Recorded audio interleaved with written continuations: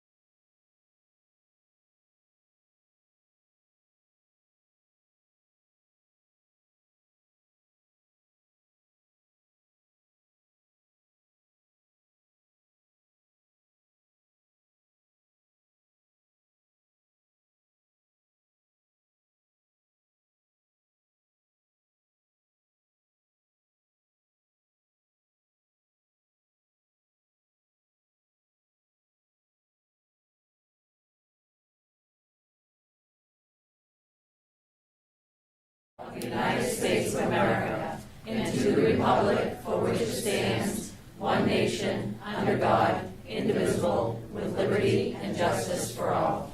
Mr. Chairman and members of the audience, will you please remain standing for a moment of silence for some recent staff members that have passed away. Starting with Barbara Rafferty, Bert Garrity, Frederick Serrano, Camilla Kozinian, Narmini Kobayajian. Sorry about that.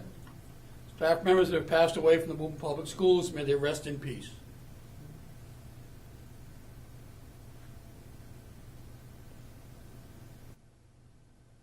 Thank you. Thank you, Mr. Mulrennan.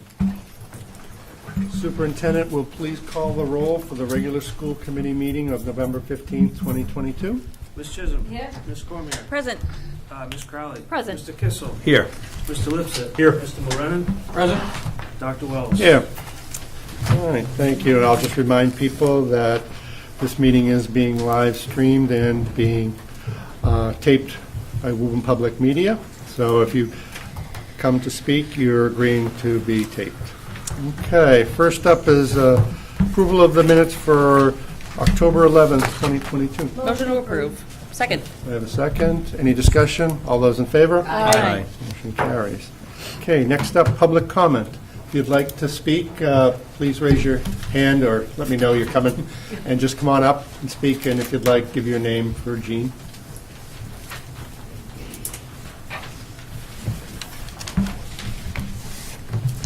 Good evening, everybody. My name is Barbara Locke. I reside at 10 Maywood Terrace. As WTA president, and more importantly, a teacher, I am here, we are here, to show support and unity for our fellow colleagues, our paraprofessionals. Their jobs are crucial and should be respected with a fair contract, including a livable wage and better working conditions. Do we have your support? Thank you. Thank you. Next up.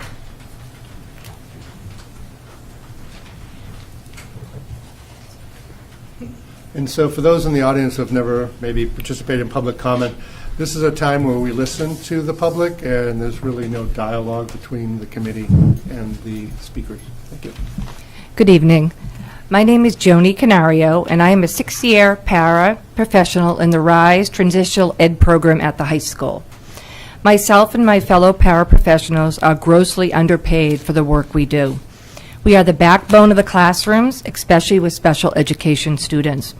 We implement behavior plans put in place by the BCBAs, which means at any given time, we can be hit, bit, kicked, spit on, just to name a few types of behaviors we deal with daily.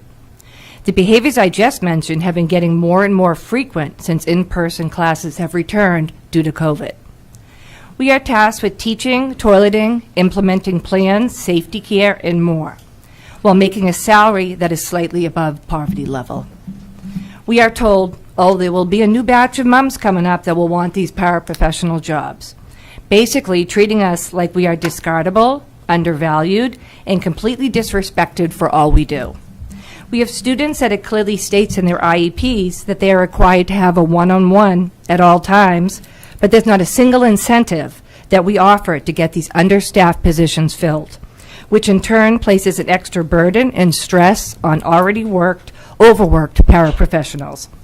Inflation is sitting at 8% right now, and they are offering us a 2.5% to 3% raise. A student placed out of district can run the school system upwards of $100,000. And we, the paraprofessionals of Woburn, are an integral part of keeping students in this district with our dedication and hard work, which is saving the city money. We want basic respect through a 2-step increase to our salary as well as the agreed upon raise, where we would no longer be making less than some department stores pay their employees. You may ask us why we stay at our jobs. It's because we love our students and the relationships we form with them, which enables them to thrive. I invite you all to come spend a day with me in the Transitional Ed program at the high school. Come buy a coffee in our morning brew and see firsthand our students learning vocational skills that will enable them to become productive members of our community. The paraprofessionals of this city bring value to our education system, and we deserve to be paid a wage that reflects our worth. We are crucial to running a safe and productive learning environment. Thank you for your time.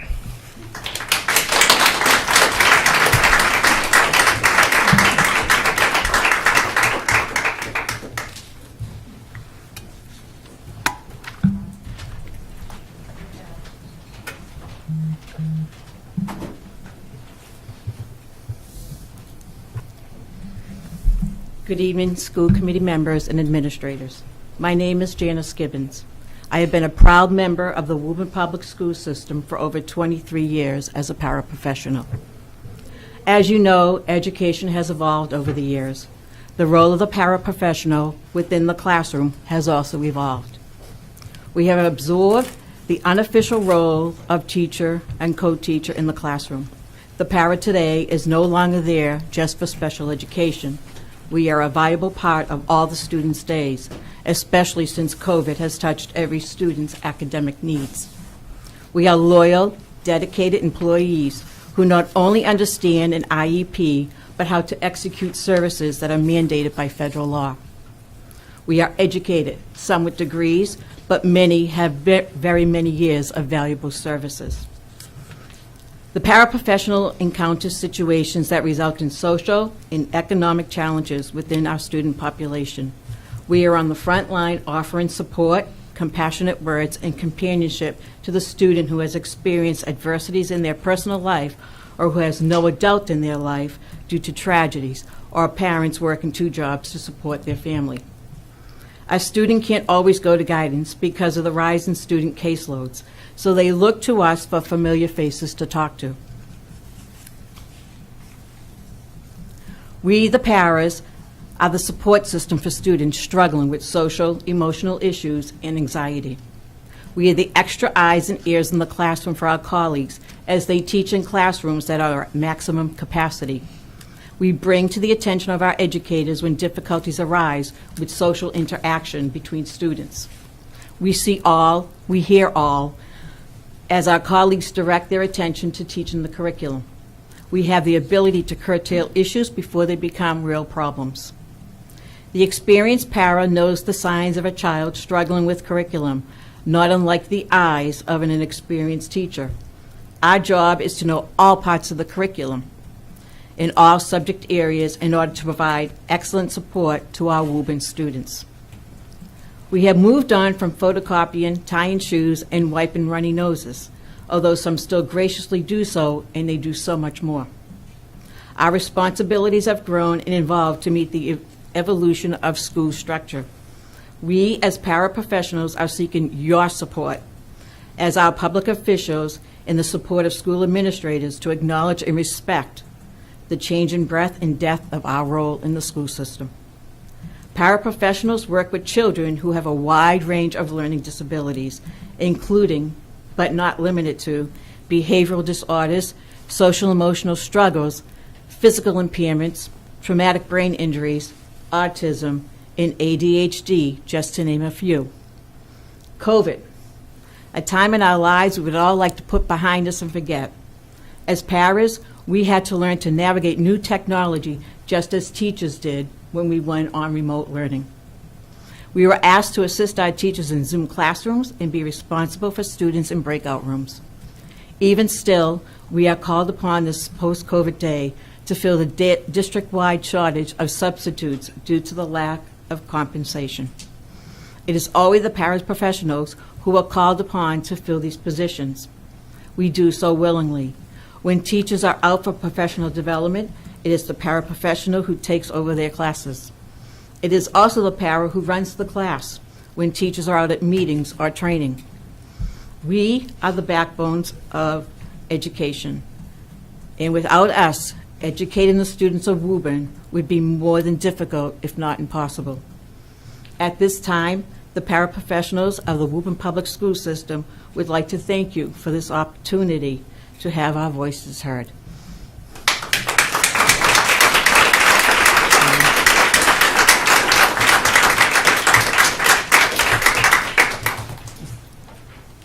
Anybody else?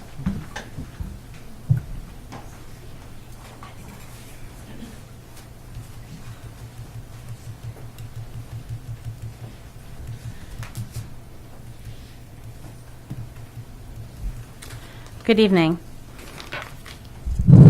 Are we okay? Yep. Thank you. First, I would like to say thank you to all of the paraprofessionals here and recognize their hard work. As an educator in a different town, I'd like to note that paraprofessionals are absolutely key to the success of learning. So I support you in all ways. My name is Rena Mazur, and I am the parent of 2 students at the Shamrock School. And I am here tonight to speak to you about the Veterans Day Assembly that took place there last Thursday. I would like to thank and honor all those who have served and speak a little bit about what happened at the Shamrock. Veterans Day is a time to honor those who have served for our country and the values our republic upholds: unity, liberty, and justice for all. Those values are enshrined in the United States Constitution, the document which underpins our entire legal system and which every American law enforcement officer vows to uphold. The Constitution clarifies our rights as Americans, including the freedom of speech guaranteed by the First Amendment. As the National Archives website notes, the First Amendment, quote, protects the right to religious beliefs and practices. It prevents the government from creating or favoring a religion, end quote. It also provides several rights protections, quote, to express ideas through speech and the press, to assemble or gather with a group to protest or for other reasons, and to ask the government to fix problems, end quote. Tonight, I'm here to exercise my First Amendment rights by asking you, my government officials, to fix a problem with how Woburn educates its children. Last Thursday, my children participated in a Veterans Day assembly at their elementary school. When their classes were assigned to sing God Bless America, my children were uncomfortable. Coming from a secular Jewish family, my children have grown up asking many questions about the role of religion in schools. And I, along with my mother, a now retired civics teacher, have always taught them about the Constitution and their civil rights. They know that they are required to be respectful of the pledge, even if they do not recite it or omit the under God part. And last Thursday, my children elected to peacefully protest by mouthing the words to God Bless America and singing the other song, which was This Land Is Your Land, to honor Veterans Day. Following the singing, school resource officer and veteran addressed the students, parents, and the community gathered.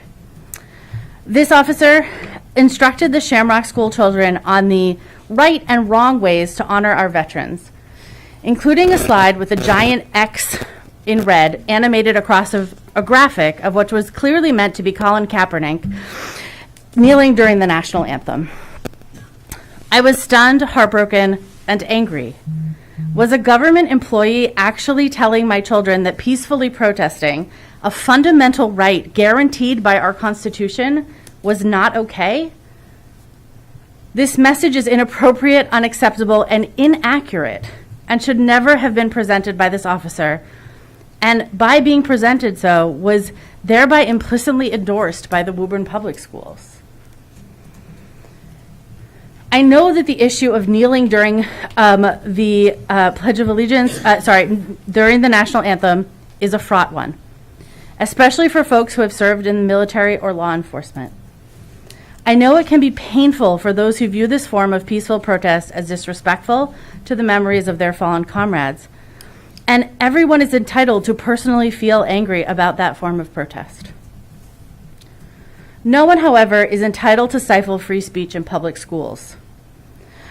No one has a right to tell our children how they can or cannot peacefully protest, no matter the issue. When any public servant swears to uphold the Constitution, they are required to enforce all of it, not just parts that they like. I am asking you, the members of the school committee, to use your authority to protect the civil rights of all Woburn Public School students. First, I urge you to publicly reaffirm the right of every student to peacefully protest. Next, I ask you to review the process for vetting speakers and their messages. Finally, I ask you to consider contacting the Anti-Defamation League, or the ADL, and request that all student resource officers be trained in conjunction with them to ensure that they are fully aware of our students' rights and how to safeguard them. Thank you for listening.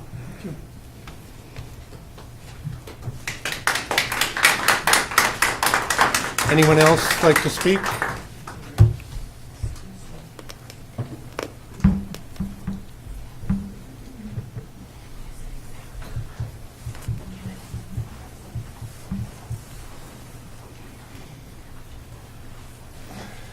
Hello, everyone. Hi. First off, before I start with what I've written, I want to let everyone know I fully support everyone here, and what I say is not a bearing on anything poorly on them, but just poor leadership in all. I am here again to express my concerns with the Woburn school system.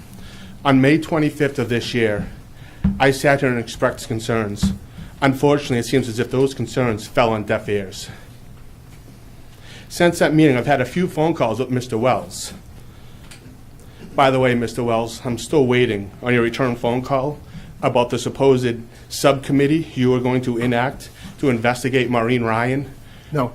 First off, Didn't you say you weren't going to speak? I know, but I just want to clarify that. And the non-disclosure Excuse me. agreement she forces parents to sign in I'm order just for gonna- their I'm just going to children. clarify. We had conversation, but I never said I was setting up a subcommittee to investigate. You indicated to me that you thought this should be, but I never indicated that would happen. That's incorrect. I didn't even know there was you could do a subcommittee. That was all on you. So again, if I could not be interrupted and use my freedom of speech, thank you. So again, you were enacting to investigate Maureen Ryan and the non-disclosure agreement she forces parents to sign in order for their children to get the fair and appropriate education they have a right to get. You agreed, Mr. Wells, that this was wrong and being used only to quiet parents, so to protect herself and the superintendent from losing their jobs. But you know who still has not reached out to me, though? Mr. Crowley. That's right, after many phone messages and emails requesting to speak with him, my voice and my concerns here, Mr. Crowley has still not put in any effort to remedy the situation that was at hand, and more importantly, to make sure it doesn't happen to another child in the future. But you know what he has done? He's recommended Maureen Ryan, yes, the same woman that said a 6-year-old autistic child being sent to a hospital by ambulance from one of her special education rooms was not her problem and didn't deserve her care or to even ask if he was okay. But he wanted her to be promoted to interim assistant superintendent, and shame on this committee for allowing that to happen.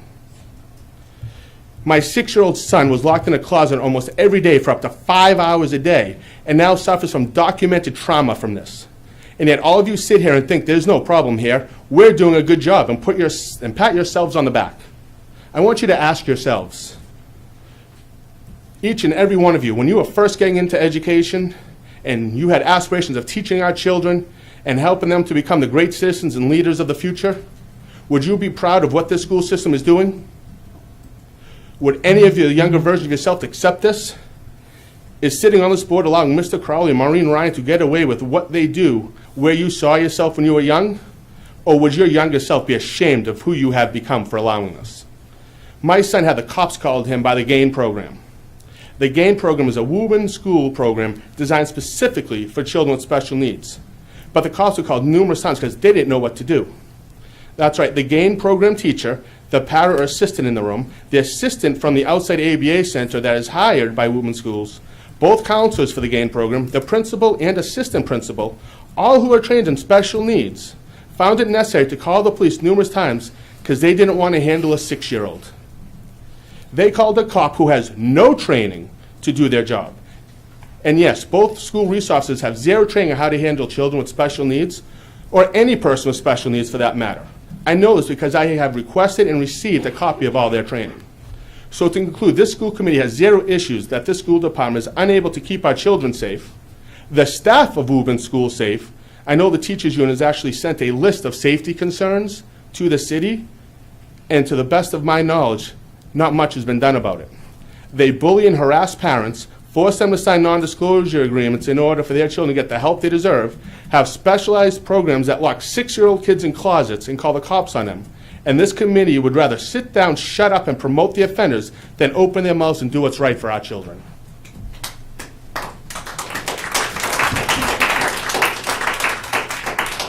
Anybody else would like to speak?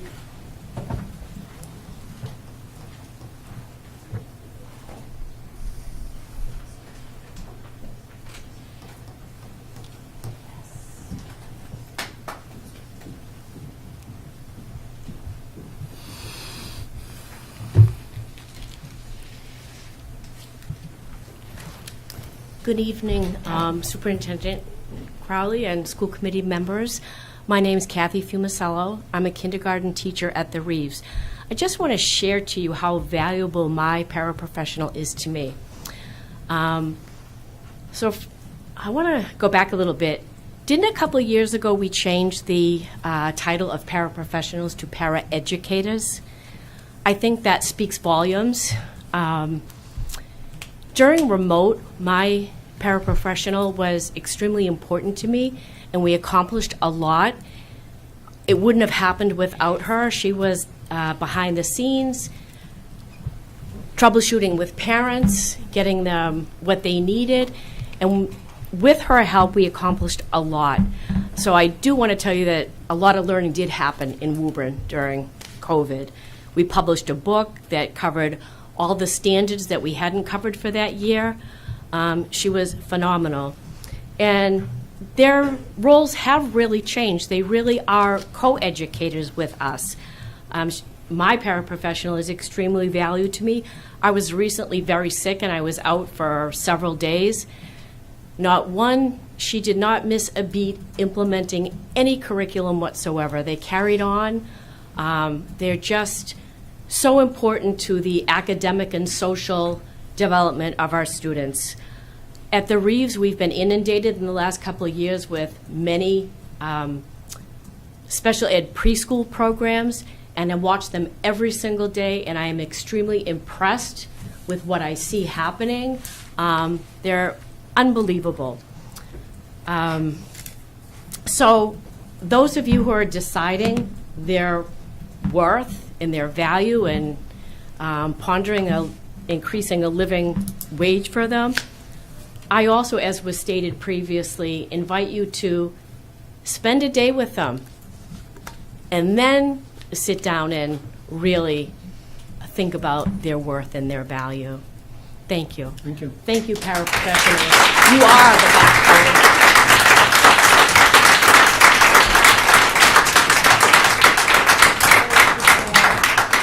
Is there anybody else who'd like to speak? Come on up.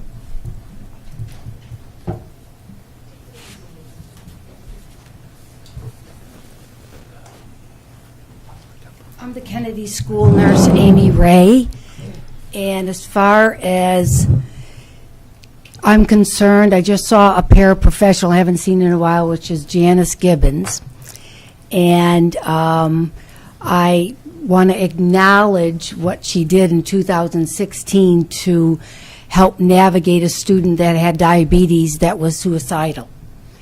While I received extreme, lack of severe and compassionate support by my principal, Carl Nelson, she pulled she pulled so many rabbits out of the hat because both of her sons have diabetes. She was a sounding board for me. She was a realist for me. She understood what a child with diabetes goes through. She really was instrumental in me feeling like I could actually file a 51A, and be able to, without consulting details, be able to pull the family in, and with success, the parent was able to take advantage of the 51A representatives and get a job, have her other kids watched. And here's a mom that was so overburdened with a new diabetic child that was on an IEP, that had autism and PKU.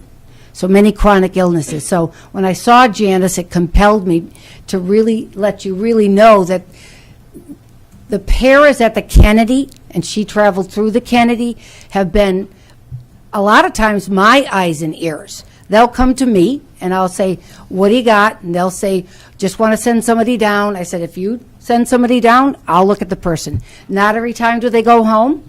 They already know the rules, but they are so instrumental becoming the glue for the educators, the medical, the counselors, myself. It's the eyes and ears and the rapport. They're almost an extension of a rapport of what the kids need. They're that go-to person, where you all know that when you read about communities, we need kids to feel like they belong. Okay, and that's the number one thing that makes a kid thrive, is feeling like in their school they belong. In 2016, I wrote a letter, and I wrote it to well, I won't even get into that. I wrote it to the upper group of leaders and asked for a diabetes policy. That was rejected from the top down. Diabetes isn't a one-stop treatment. It's so dynamic with the family. It's so dynamic with the other kids. It's so dynamic with whether a child can feel they can work on themselves at the time. But my goal has been for 15, 20 years to bring that child that has and challenged with diabetes to a level when they walk into 9th grade, they're telling the nurse what they think they should do with the insulin. That's the goal, and that's what's happened. Right now, I have Janice Gibbons and her 2 sons with diabetes. I have Dale Dean, who's a previous resident here, her son, who's actually graduated nursing school. And I also have Michael Plithrick. They're going to help me draft that diabetes policy. And I hope that that can happen. Thank you. Thank you.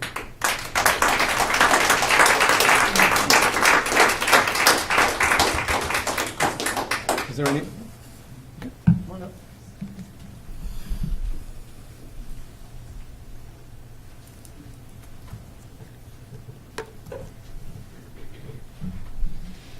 Good evening, everyone.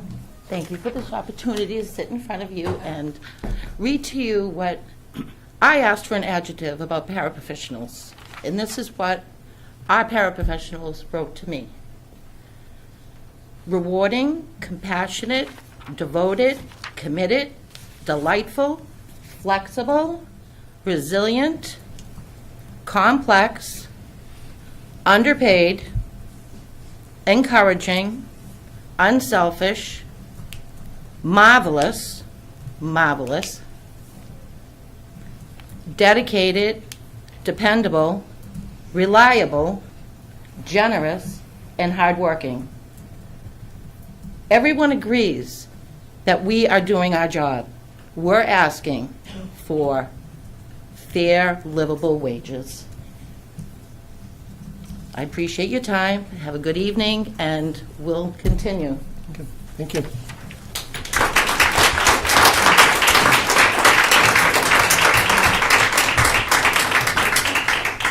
Is there anybody else? All right. Thank you. So I don't see anybody else, so that closes public comment. We'll move next to student representative to the school committee, Sophia. Welcome back. Hello. Thank you. I'll begin. So term 1 closed on Monday, November 14th. The deadline for teachers to submit grades is Friday, November 18th, and report cards are due to go out Monday, November 21st. MCAS retests for math are November 15th and 16th. It's Spirit Week this week at Woburn High School. On Monday, there was a Blue Out to support Survive to Drive. Tuesday, it was Tourist Tuesday. Wednesday, We Wear Pink Day. Thursday, Holiday. Friday is Pajama Day, and it's also the homecoming dance. It will take place from 7 to 10 at the high school. Next week, Monday, it's Jersey Day. Tuesday, Celebrity Day. And Wednesday is the Pep Rally Spirit Day. Pep Rally is indoors this year, and students will be called down by the class.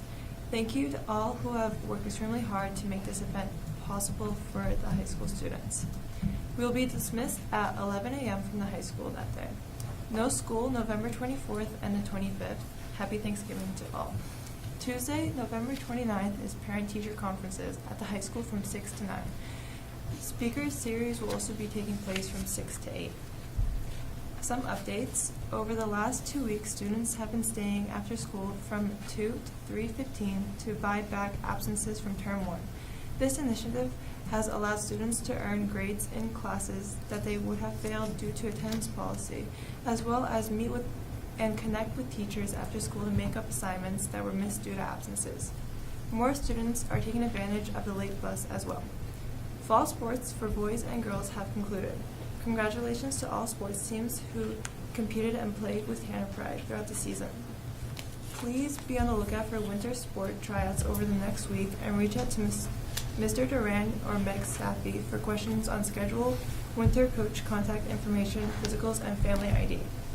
We want to take time to acknowledge and congratulate Amber Hayden as well as Senia LeBessiere on signing letters of intent to play collegiate sports in the fall.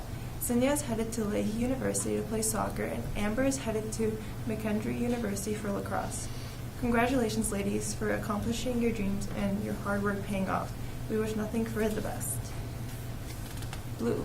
Survive the Drive Blue Out and Safety Pledge was this past Monday, and the turnout was unbelievable. Thank you, Ms. Vicari, her staff, and students for getting Spirit Week off to a great start.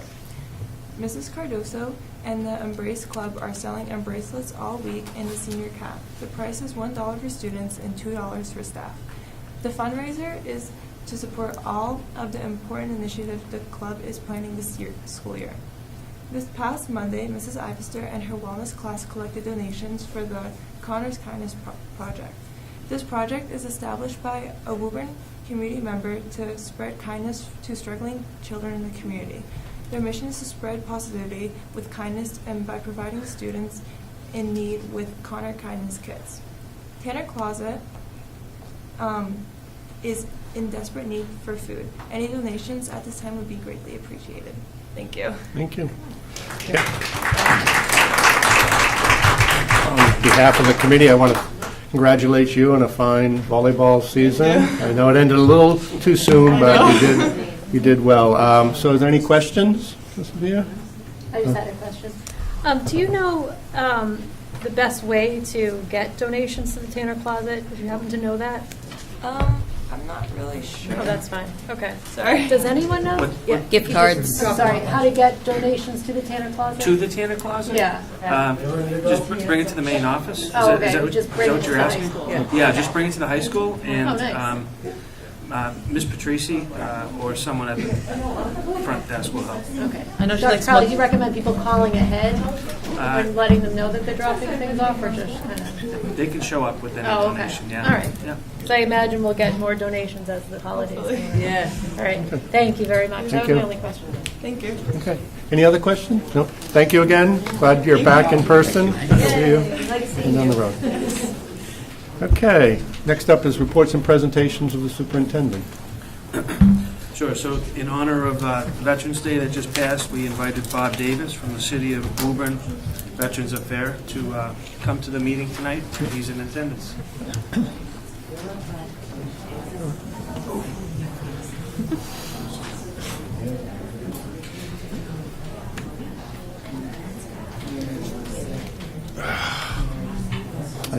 Good evening. Evening. Thank you. Thank you. Thank you, Mr. Crowley. Dr. Crowley. Welcome.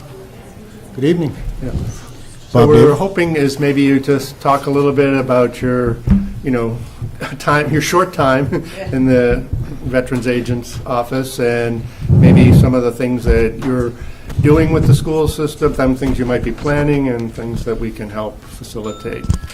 Sure, so absolutely. One of them I just heard would be around each of the schools' Veterans Day presentations. Yeah. So we typically run through, for the most part, Dr. Wells, it's been a list of ongoing, probably about 15 folks that we switch around at different schools each year.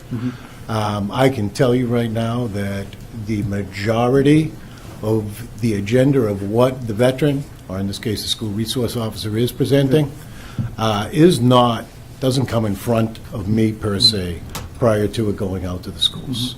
I do schools myself. Obviously, Mr. Mulrennan's done some schools. We typically keep it with veterans. Obviously, everyone that's going to speak is a veteran. Right. And in this case, we'll offer up the school. I'll contact the school. How it typically works is I'll contact the school, ask if they already have a speaker. There are schools that use parents as speakers. Some schools have veterans within the teachers in there, or a parent, someone that they've already identified as a veteran to speak there. And I think the young lady does bring up a very good point as to what is being up there, if it's a PowerPoint presentation, or what is being spoken about, I would say should be looked at moving forward. Okay. I think the other thing we want to just, our high school, Woburn Memorial High School, is in recognition of our veterans, and, as those who are in attendance on Veterans Day, Woburn does have a strong history of support for veterans, and we just thought it would be important to have you here so we can reinforce that, our school system's desire to support, recognition of veterans.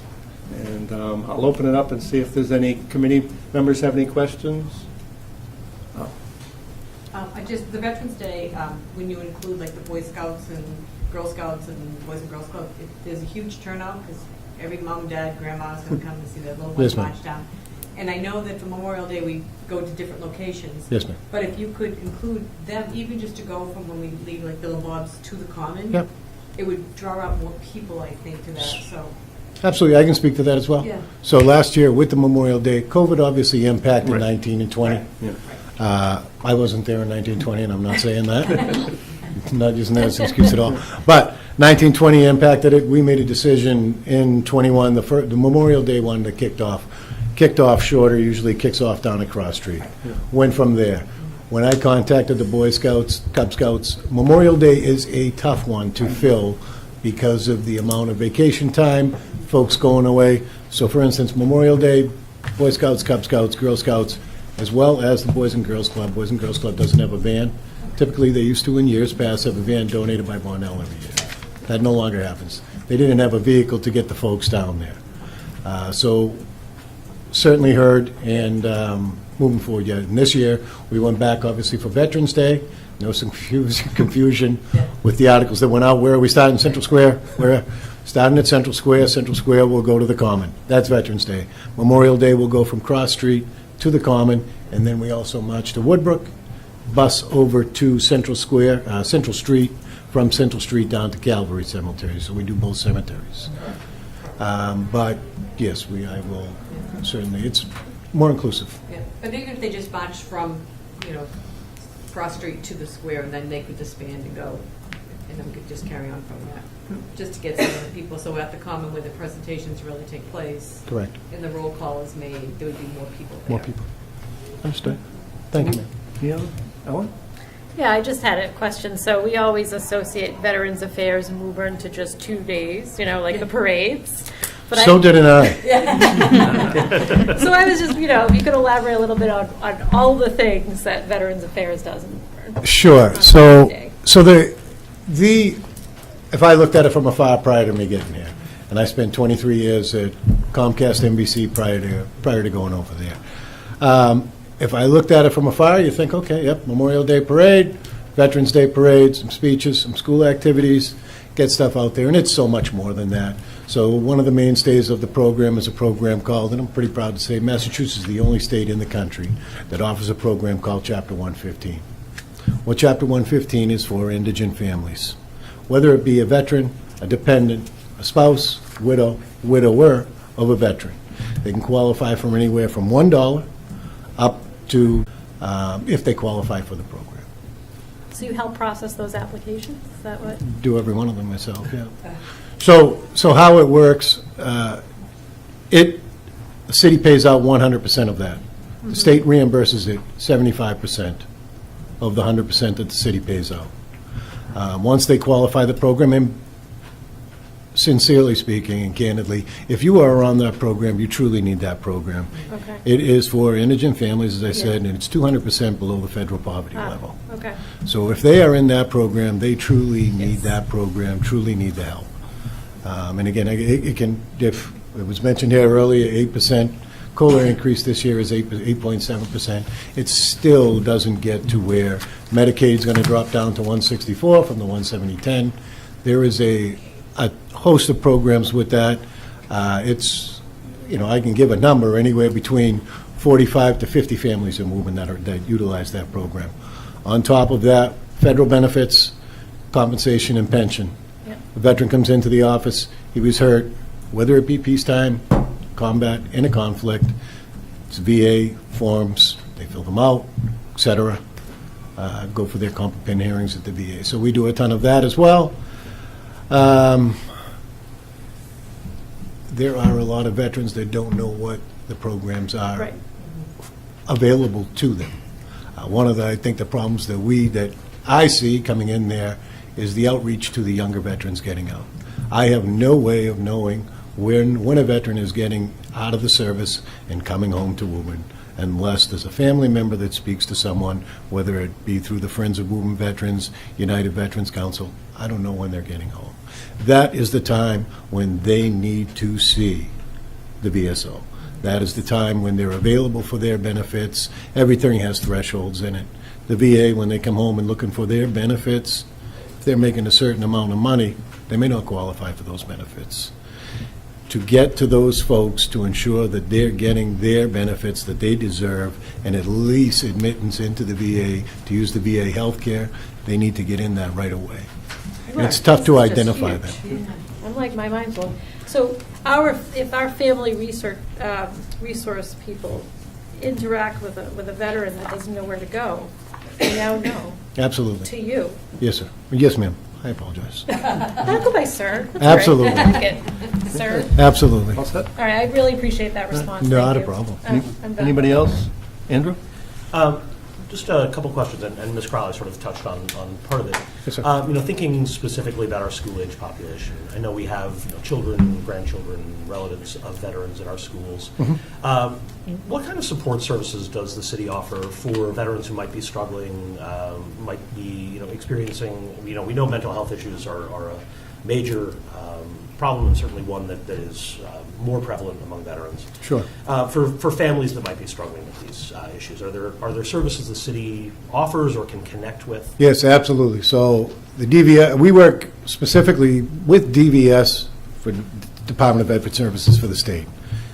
That's centric around the 115 program. Inside DVS, they have groups. A couple of the groups they really just not overstaffing them, staffing them properly. They're called save teams. And what save teams do are, if I have a veteran that comes in, whether it be somebody gives them to me, the police department notifies me, a parent, a concerned citizen, a concerned neighbor gets them to me, I can get them in touch with the SAVE team, and they work, and they are peer specialists. They're all trained, certified, and they speak directly with that veteran and can speak directly with the veteran's family as well. I continue to be impressed at the range of services that you are providing to our veterans, especially just coming into this job as you are.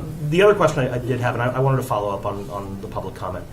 And I know you mentioned trying to sort of think about how we can present in schools in ways that are going to be sort of appropriate for our students. Sure. I guess it's more of a comment than a question. I just hope that we can find ways to work between Veteran Service, the school department, the police department, and any other agency that's involved, in just making sure that the messages that we're sending our kids are ones that do the job of celebrating and honoring our veterans without sort of touching on areas that are going to be difficult for our kids to process Yes, sir. or potentially harmful. Yes, sir. Thank you.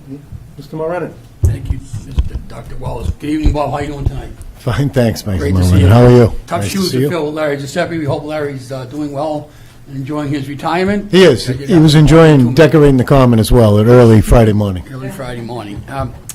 I know, I think you mentioned 40 or 50 currently are serving veterans right now. And again, I think you touched upon a little bit. What would you say are the significant needs of the veteran that might come to your office?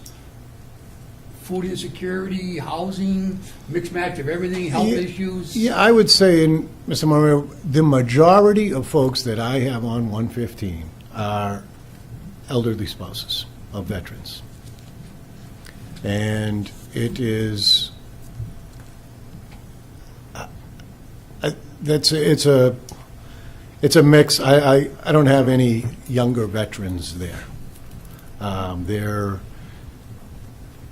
as I said, it's indigent families. The outreach of that as well is tough to get to them. I am quite sure, even though that number is 48 and it grows and drops, and unfortunately we have some folks pass away, but there are also, I'm quite sure, a lot of folks at 59 Campbell Street, at Nickel Street Extension, wherever, that aren't aware of potential benefits that could be offered to them. So I think the more time I can spend in outreach with that audience for 115, I think the better off the office would be served. And when I say 40 and 50, that number is kind of, I had something sent to me from the state the other day that we've, since March, worked with close to 740 veterans and donated out, not donated, it's compensations, pensions, spousal benefits, close to $720,000. Financially, so you're supporting them in many, many ways. As much as we can, Mr. Moran. Thank you. And I guess to Mr. Chisholm's point as well, Bobby, Memorial Day, Veterans Day, if a family member happens to go by a loved one's grave and the flag may be tattered or not replaced or torn or windburned or whatever, best advice would be to? Best advice would be to do what I would say is the majority of my phone calls coming into my office, which is actually very nice to see, are around flags. Whether they be on poles, whether they be at graves, the amount of phone calls that come in for flags, it's truly commendable from the families. But yes, absolutely, they reach right out to myself. Okay, and also, I know recently we had an Eagle Scout project behind your office up there at the Yep. senior center whereby Yep.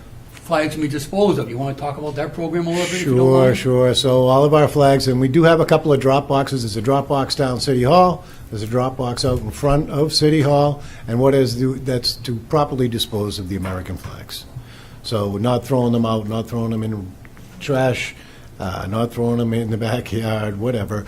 What the flag should be done, it should be brought down, should be brought to one of the drop box locations, brought directly to my office, and we have a burn pit out there, which was graciously donated by the Boy Scouts as a emblem for each branch of the service on it. And typically, I'll go out there once or twice a week, and we'll go ahead and burn the flags.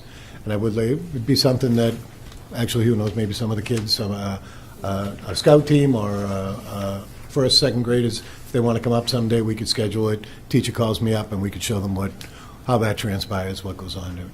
Okay, and finally, if I could, Bob, the topic tonight again was the speaking formats for the schools. I appreciate all the effort you put into that. And I had the honor to be here at the Joyce Middle School. I believe you attended with me. Yes, sir. On Thursday of Veterans Day before the students took off. And my purpose was to again acknowledge and thank a veteran and get that message across to the students of the Joyce Middle School. On behalf of history teacher Mary Patrano, she was lead project manager for this program. Her students did an excellent job presenting all of the programs to us. And matter of fact, what the student here at the school gave me as a gift, it was also the Marine Corps birthday, of which we haven't mentioned tonight. We mentioned Veterans Day, but the day before, November 10th, was the Marine Corps birthday. So we have to plug that birthday if we can, Bob. The students graciously thanked me as we presented that afternoon a little plaque here, Bob, and a couple of poppy displays on this plaque. And I would like to give this to you to display in your office should the visitors come by, perhaps another veteran. And they'll get the message. They'll understand that the students here in Woburn, that we can all be very proud of, do understand the importance and are very thankful for our veterans here in our community. And I would like you to have this up at your office, somewhere to display for the community that might stop by. And this is a gift, again, to the Veterans Day program, 11/11/22, from the Joyce Middle School students here. So very if nice. you don't mind, Bob, just take this back to your office if you would. Absolutely. Again, appreciate all your effort up there at the Veterans Office, on behalf of veterans especially, as well as the city of Woburn. Thank you.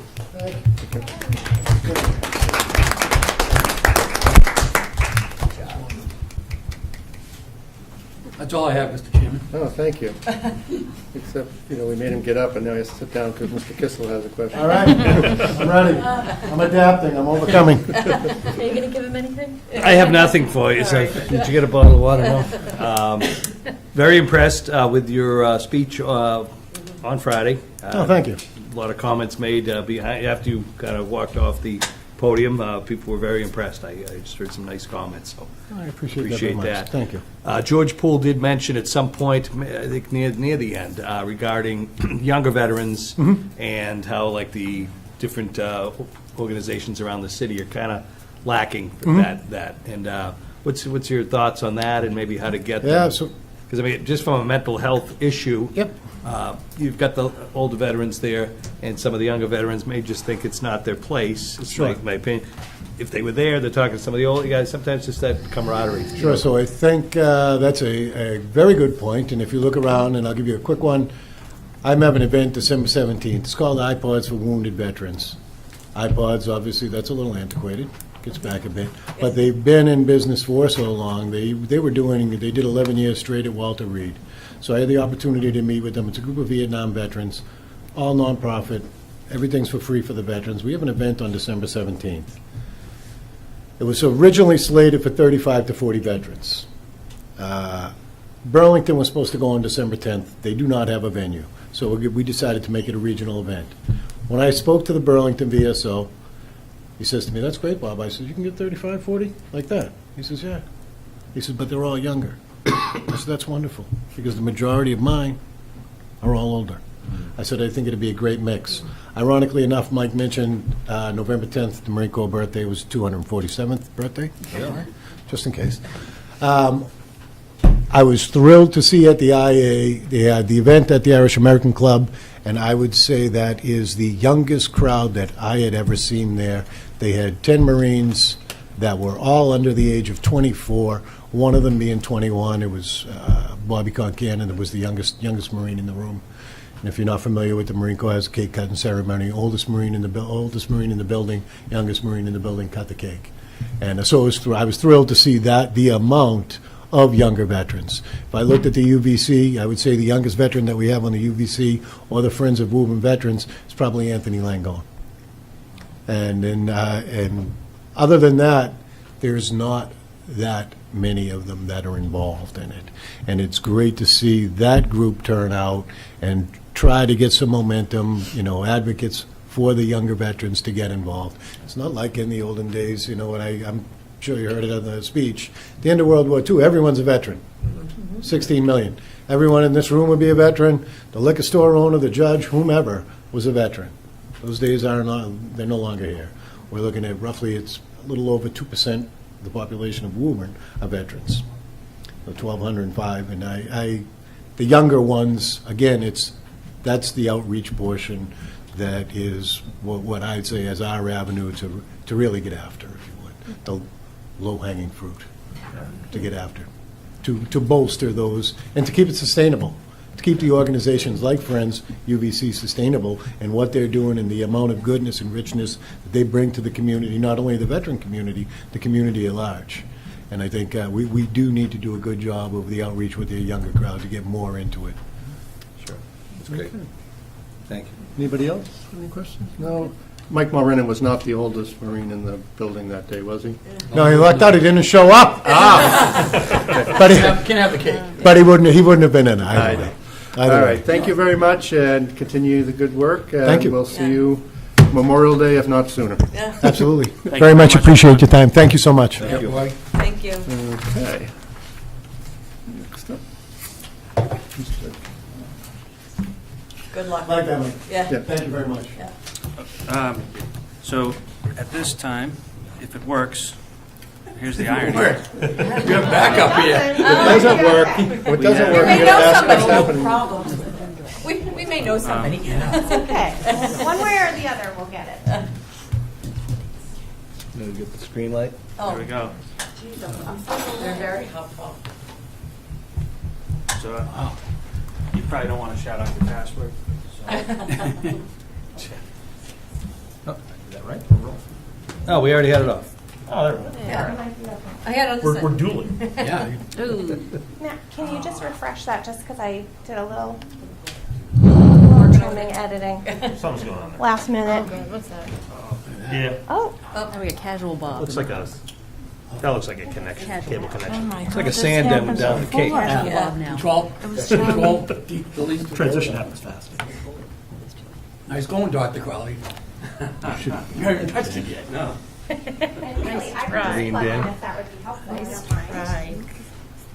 Jean, would that be helpful if I just plugged in myself so you don't have to worry about it right now? I didn't have But it. this happened before. It wasn't letting me. Have a good one. Oh, that's right. You welcome. Thank you. Appreciate it.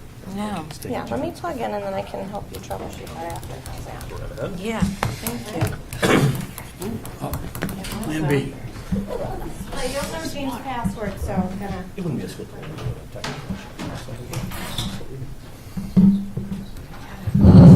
In my office, and then I we look at go. that. You had it. Pick it up again. I saw it. Yeah.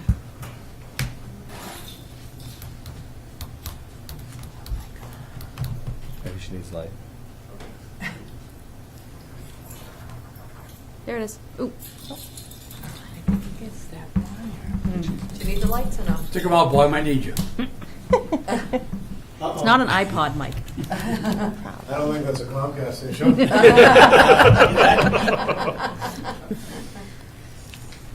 Do you need help? Yeah. No. Carry on. Yes. Thank you. Go home and have a good night. Thank Good you. evening. Yep. See you, Bob. Should we take a brief recess or? Sure. Yeah, do you want to do that? I'll make a motion for, I'll accept the motion for Just put 5-minute cable goes recess. on to So music. moved. Do I have a second? Second. All those in favor? Aye. Motion carries. Just put cable has the music playing. Jen, do you want me to plug in?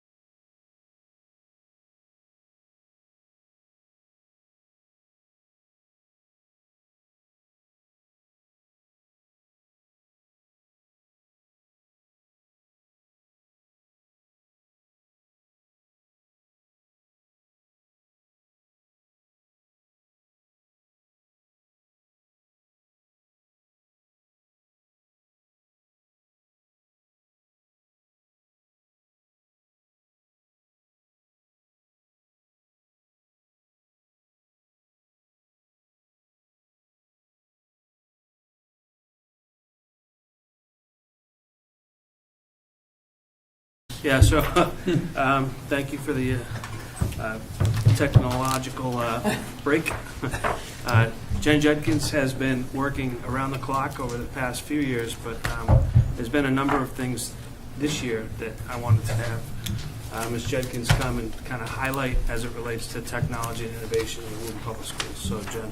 Great. Thanks for your time, everybody. I'm just going to provide you with an overview of some of the kind of major projects going on so that you are aware and have some time to ask some questions about those either during or at the end. So you may have noticed we launched a new website yesterday. So we've been in development with this site. I want to say we started in the summertime. When we had met prior, I had mentioned to you that we, because of our conversion away from Redeker after 20 some odd years, they were also hosting our website. So it kind of forced our hand to move the website, and so we had temporarily moved it to a Google site so that it gave us time to organize like the content and get things updated. And then we formalized it in a more professional site style through WordPress, which gives us a lot more flexibility to do some more, professional-looking design work, and it's a platform that is very well known and flexible. So, so I'm excited to have that launched, and there was a lot of work on the part of one of the colleagues on my team, Jeremy Thrush, and Dave Gaffney, who put a lot of time into work with department heads and others in the schools to just ensure that the content was up to date. And we'll continue to refresh anything that we find as we kind of roll out in the next few days. But I'm excited to see that available now, and that went live yesterday, I think. And I'm sure there will be a lot of questions about Power School, so I wanted to just update you on that. I mean, when we talked about it last, I tried to kind of let you have a sense of, after being in the same student information system for 24 years, it's a very significant change that impacts not just that software, but all of the different software that, communicates with this sort of essential platform that really houses all of our student and staff data at the schools. So at this point, in terms of our year-to-date progress, we've been able to do role-based security. This is really important in terms of our cybersecurity efforts.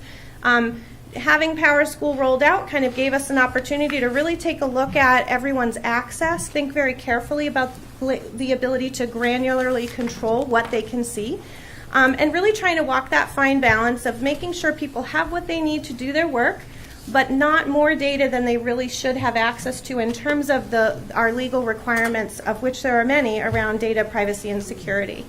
In addition, we were also able to enforce two-step multi-factor authentication, which is an industry standard in terms of security expectations for software, where you have to link like a phone to your account. And so we've been doing this for anyone that has the ability to view more than really just a class.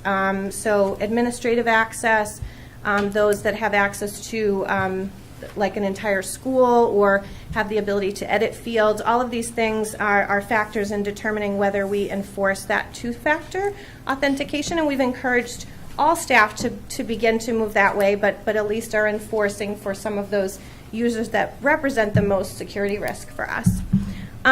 We successfully completed our initial state reporting in the new system. These are just all the little steps along the way in this year of firsts with Power School that we'll go through. That's a really significant report. It sets our foundation budget. It looks at our total enrollment numbers. Many things are determined based on that October 1 data. You've probably heard that before.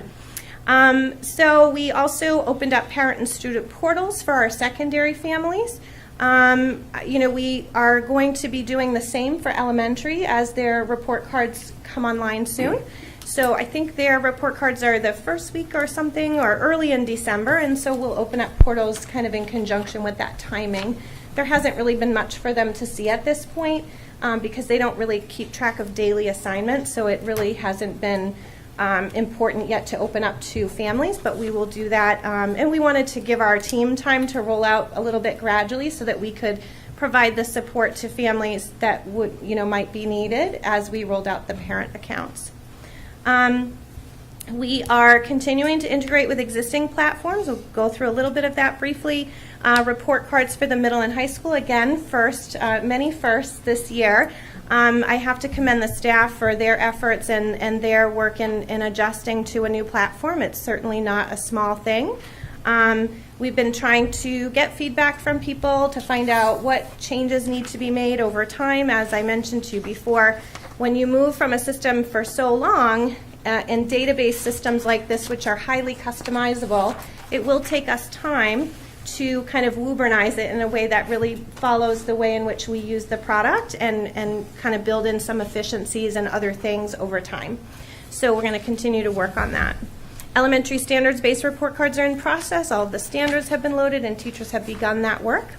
And we're just trying to provide support as people come up with any questions they may have about the process. Next, I want to just share some of the integrations just so you have a little bit of an understanding of how that Power School is working with other systems. So we currently have successfully integrated with the state, so that was necessary to transmit data around attendance nightly as well as the state reporting data. Nursing software communicates with our system to provide, essentially live access to parent contact data, student demographic information, so that they're not retyping that information. It ensures accuracy of that system. Clever, which is used for our single sign-on to minimize a lot of the password memorization that kids have to do. Communication platforms like Remind and Blackboard are also syncing with Power School nightly, and we just turned on our sync with Elevations, which is there to support and track our multilingual students. We're kind of working on that a little bit. There's still a few bumps with Elevations that we're working through with in conjunction with that team to identify any pieces that might need to be adjusted, but so far so good with those systems. We have a number of integrations and requests that are kind of on the deck that we're trying to prioritize. As I mentioned, it's going to take some time getting through some of these customizations. The priorities are around integration with the special education platform. Again, these are currently disparate systems, so it's difficult every time a new student comes or a student leaves or changes schools. That requires a manual change, and with that comes a likelihood of data errors because of communication that has to happen to ensure that is occurring. We're also looking at integration with our staff evaluation platform, so those are priorities for this school year to make sure those happen. In the longer term, we've been discussing with special education the likelihood of possibly just switching software and moving to one that is within the sort of ecosystem of Power School. So we'll probably start looking at that option and evaluating it during the school year so that we can have a summer switch if we decide to do that. So we'll be working with special education staff around that decision and be able to support that if that's the choice that they want to make. And we're continuing to work on customized reports and letters. These are, again, things that just kind of get accumulated over the many years. Things like discipline letters, attendance letters, reports for various things that people do and are sort of used to having, and then they're not available because they just suddenly have those canned reports. So a lot of work to be done around creating those customized reports and letters. And then there's a need to upgrade our food service software. And so we'll be working with them on that. We're probably looking at doing that in the winter time. And there continues to be a lot of demands around automated workflows, which sometimes integrate with Power School or at least are trying to pull like data and communication together to just try to create efficiencies within various departments. And some increased interest and demand around data visualizations and data warehouse activities, really trying to look at how can we pull together all of the different systems that we have. Power School can be a part of that, but there are other tools that we may want to start to look at that will allow us to have data in a way that's more actionable and more readily available, which is a constant challenge for schools because we have data coming from so many sources, and yet when we're meeting in data teams, the need for that to all come together in one place is so essential. In terms of data security, I mentioned the multi-factor authentication and the push around that. We also are looking at we've actually just completed some software server upgrades that were funded through E-Rate, and we're looking at doing some upgrades around the facilities hardware, which is kind of one of the things you forget about because it's behind closet doors, and yet those are all things that represent some security vulnerabilities that we're going to try to look at addressing in terms of updating software and hardware, partner with our facilities department in that. And another priority for our department is to try to continue to work around cybersecurity simulations, really thinking about that practice process of, we practice fire drills, we practice all these other things. We need to practice various situations that may occur so that our response is one that's refined over time. We've had a lot of hardware upgrades happening. We were able to, through the ECF funding, which was a grant funding source that was available to us, as well as capital funding, we were able to replace devices, in time. So it's nice to feel like we're replacing equipment when it should be replaced, not when everyone's been wanting something for quite some time. I feel really good that we can say with confidence our staff has, equipment that is current and working, and we have funding to continue that. So we were able to replace devices for the Malcolm White staff, the Shamrock and the Goodyear staff over the summer, and then our students, all of our middle school devices were collected and repaired and redistributed. Essentially, our middle school devices kind of stay at the middle school, and our high school kids get devices that, our freshmen got a new device that they will carry through the 4 years. Maybe not. Most of them will, and some will get repaired. And then we were able to distribute devices to paras, which is really nice. I mean, it was something that we've been working towards, trying to be able to have funding to provide paras with devices. Again, with so much technology in our classrooms, providing our paras with access to a device that they can have full-time instead of having to watch over the shoulder of a kid is really helpful. So that was something that we were able to do, and we can continue to fund. And then this summer coming up, we'll be replacing devices. It will be my first sort of replacement cycle since I got here. This is my year 4. So these are devices that I replaced when I got here, and they'll be happening again at the Kennedy and the Joyce. And then the Hurl-Dwyman, they are going to be making a shift from, that will be our last school, shifting from, they have PC laptops that were part of the building purchase, and they'll be shifting over to staff Chromebooks as our other staff have currently. And we were able to successfully install over $150,000 worth of new AV equipment. We're on target for doing about that amount this year. We're focusing on schools. This year, the high school is a multi-year project, and then we're going to be doing some work at the Reeves and the Shamrock primarily, but also kind of filling holes in other places. The goal and expectation is that every classroom should have a mounted projector, not on a cart where cords have to be stepped over. This is a reasonable expectation that we should have in every teaching space that we have.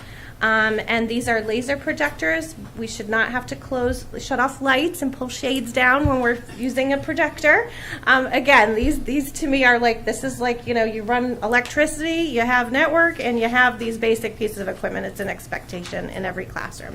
So I'm really pleased with the work we've been able to do with that and the continued plan that we have to try to make sure that all of these spaces are equitable teaching spaces for our staff and our kids.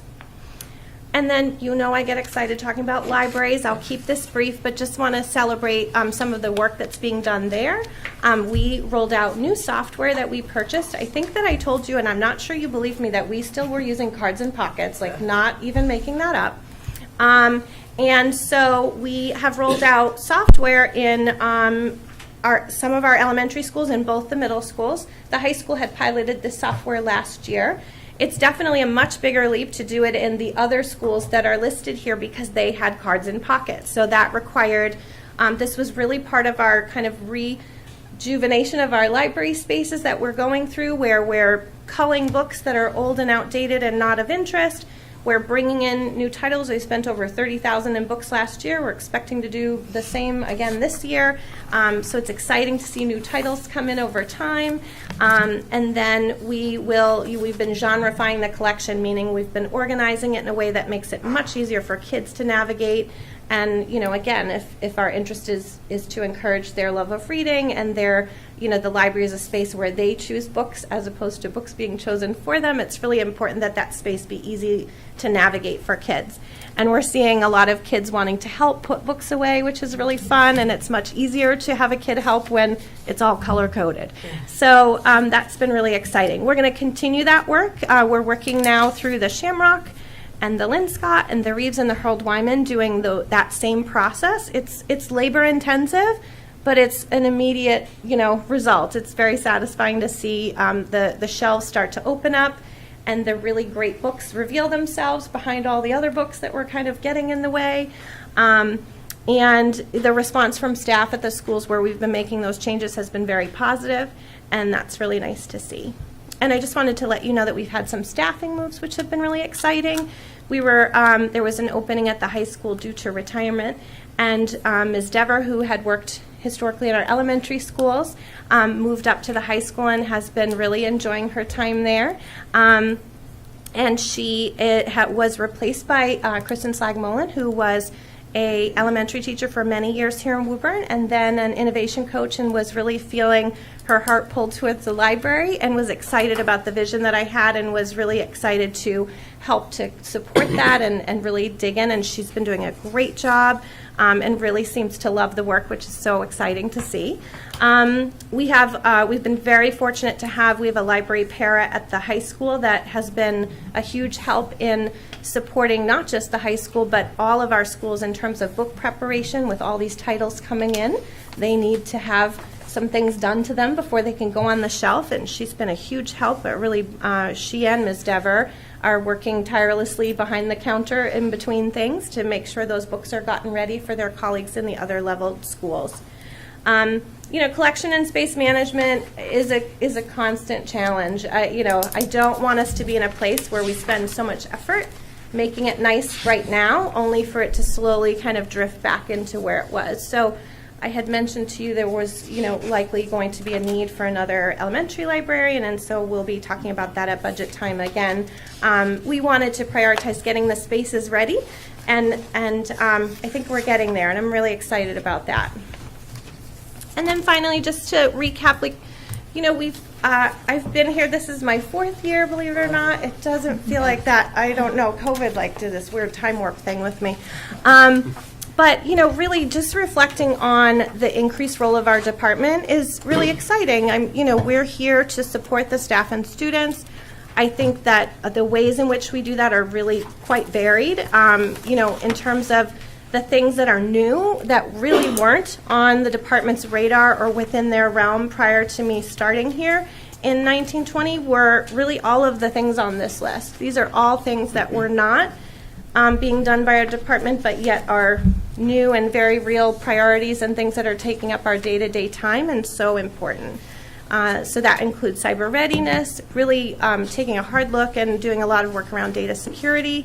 The increase in mobile devices alone, over 400% increase in the last 4 years. I just don't know if people realize the volume of devices. And we're really fortunate. COVID really allowed us to accelerate our long-range planning around equipment, but it also created a bit of a slap in the face for all of us in the department of having a sudden onslaught of equipment without necessarily staffing up to accommodate for that. But I really am very proud of the work that the department has done. I don't know that everyone really knows that that's happening behind the scenes, that we're doing our best to keep up, but I think it's coming off fairly seamless, which is the goal. People shouldn't have to think or worry about the stuff working. It's our job to make that not be a worry. We've taken on phones this year. Those were previously managed by the finance department of all places. I think they were wondering why that happened as well. Yeah, let me tell you, there was no fight. Yeah, I'm not. Bob didn't fight me on that one. And copiers as well. And these things just sort of happen over time when it's clear that we're the ones communicating with the vendors and helping to do that support. It just made more sense to really formally make that shift. And again, our libraries, these are all things that were not sort of under the realm of our department prior to my coming here. And so it's really exciting to see the work that's being done and to have a chance to share that with you, and happy to answer any questions you might have. Thank you. Colleen. Did I understand, so the staff are able to opt in to using the two-step verification? They As are. opposed to So, it being- so there's kind of two options. So depending on their access level, we will enforce it, and we notify staff, like, okay, in order for you, prior to us giving you this access to PowerSchool, you're going to need to do this thing, and we verify it. And then we stick them into sort of a group within the admin console, because they're actually, it's not actually their PowerSchool account that they're two-step authenticating, it's actually their Google account, because we have configured our PowerSchool system so that you're signing in with your Google account. And so in the one hand, that saves us a lot of like password remembering and all of that, and we can control that password security, which is nice. But on the other hand, it just then opens up more vulnerability around their Google account. So being able to secure that account more is just a higher priority. So we have shared that information out with staff on a voluntary basis a couple of times, and I'm actually pleased to say a pretty significant number of staff have done that. I think it's becoming more and more sort of known that that's just, it's not the school telling me to do it, it's really best practice, right? Like, I feel better knowing that all these accounts are protected. Some are enforced, so the ones that have, as I mentioned to you, kind of role-based edit access to this system, or the ability to see more than like a single classroom worth of kids' data, then we're enforcing that two-factor and not actually allowing them to even have access to PowerSchool until that's clearly in place and we can verify it. And then we kind of stick them in a place where they can't turn it off after, like, oh, good, we got in, now we're going to turn that annoying thing off. So it allows us to just be sure that they stay true to that request around security. Excellent. And for PowerSchools, you mentioned parent and student portals. Yeah. So is it right now the parents all have it? Because the kids' progress reports came out on PowerSchools, so it's that everybody, all the parents have access, and then the K-5 is going to have student portals, or how does that? So parent and student portals for 6 to 12 were opened at the same time. Mm-hmm.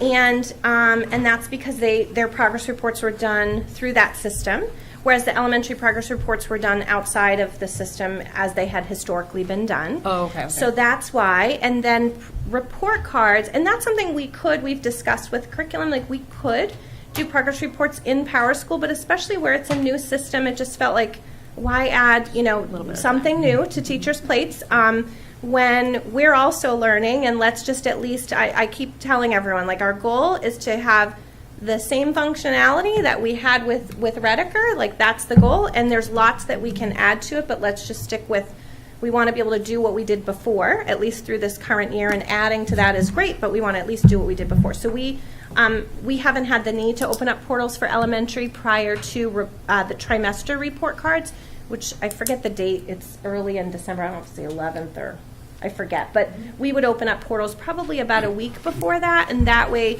we can notify families, and then families who are having any difficulty logging in would have time to reach out to us instead of sort of frantically the day report cards are posted, not feeling like they can access those.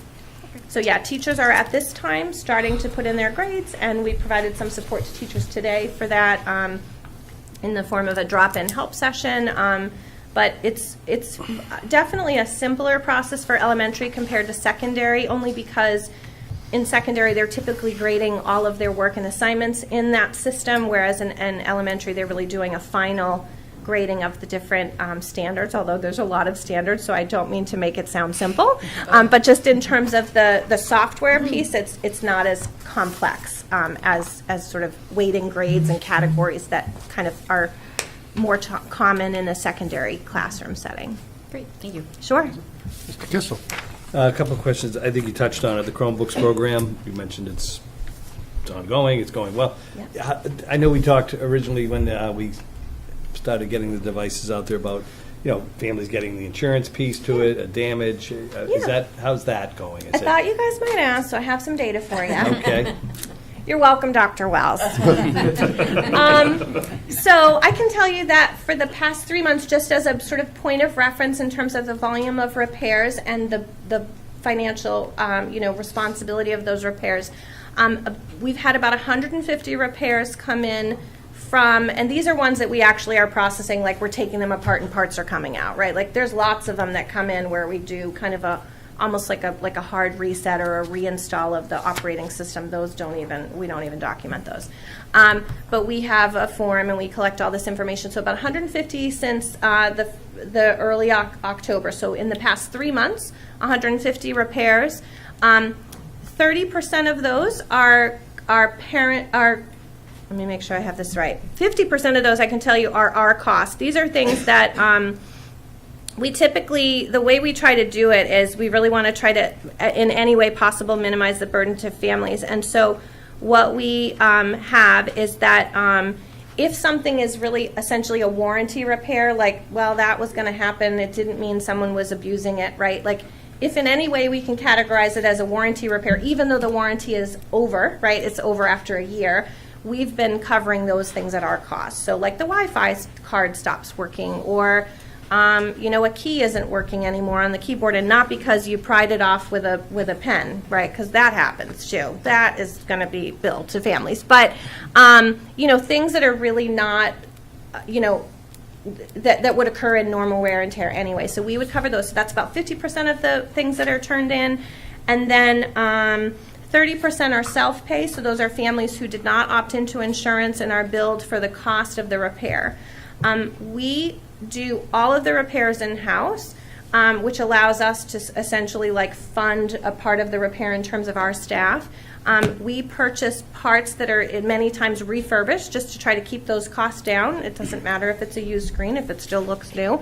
And so those are the ways that we can really bring the cost down for families. So a broken screen is a $50 repair when really it would be more of a $100 plus repair if it were to go to a iPhone fix-it place or something.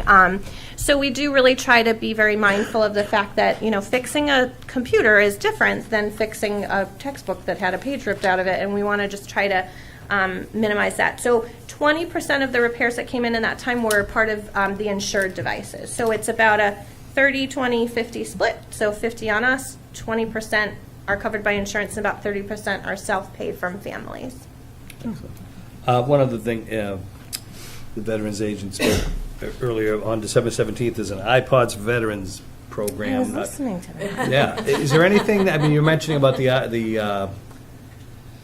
laptops that are coming out of the Harold Wyman and, being replaced and so on. Is there anything that we have that, I don't know if we just kind of salvage them or that it potentially could be fixed by somebody that does that and give off to, whether it be veterans groups or anyone else? Yeah, I think that there is the potential. I think we'd have to discuss that, or maybe just kind of run it through a school committee vote just to be sure that we're doing everything the right way. I would conference with Bob about this just to ensure.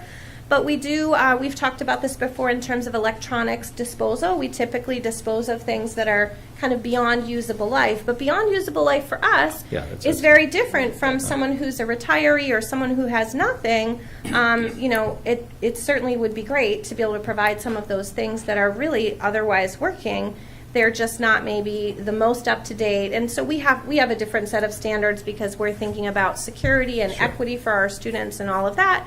But that doesn't mean that there is no usable life left. Yeah. And so I think, maybe Bob and I can talk about that and figure out if there's a path to do that. But I believe in the policy that you guys voted on, one of the options was to donate to a nonprofit as an alternative to disposal. So I'm pretty sure that we are probably covered to do that, but we'll take a look at that because it sounded like a really nice opportunity. I don't know if it would run through resources or at least touch in that. As Jen had said, our disposition of surplus property, which was a policy. We just that I think we updated did it. a year ago. So, that's what I was thinking. We may not even have to run it through resources. Yeah, we may not. Policies. We just have to check it. Just make sure. Yeah. Technically correct. Yeah. I'd like to see something beyond, just saying we're going to salvage it to a company that just takes it. Absolutely, and I recall us kind of having that thought process when we wrote the policy. Is gee, if we could find a nonprofit that would would take it, then let's do that. And so, yeah, I definitely, my ears perked up when I heard that. Yeah, yeah. And Good. it sounds like it could be a nice opportunity. I thought So it had I to do will with look into value. that. Value. I think that was like $10,000. the thing that kicked it off, so you guys can look at it. Sounds good. Thank you, Mr. Kuzma. Thank you, yeah. Anybody else have any questions? Mr. Mulrennan? Yeah, real quick, thank you, Dr. Wells. The website looks great. Hopefully it's user-friendly and you hear some good positive remarks.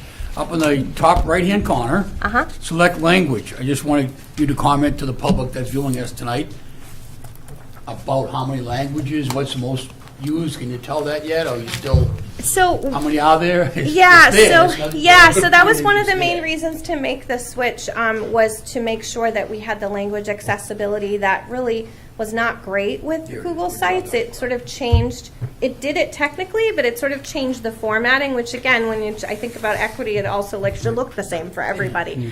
And so it's nice that it was able to do that. I believe that we can add more languages. I don't remember the count. I always look for the top ones for us.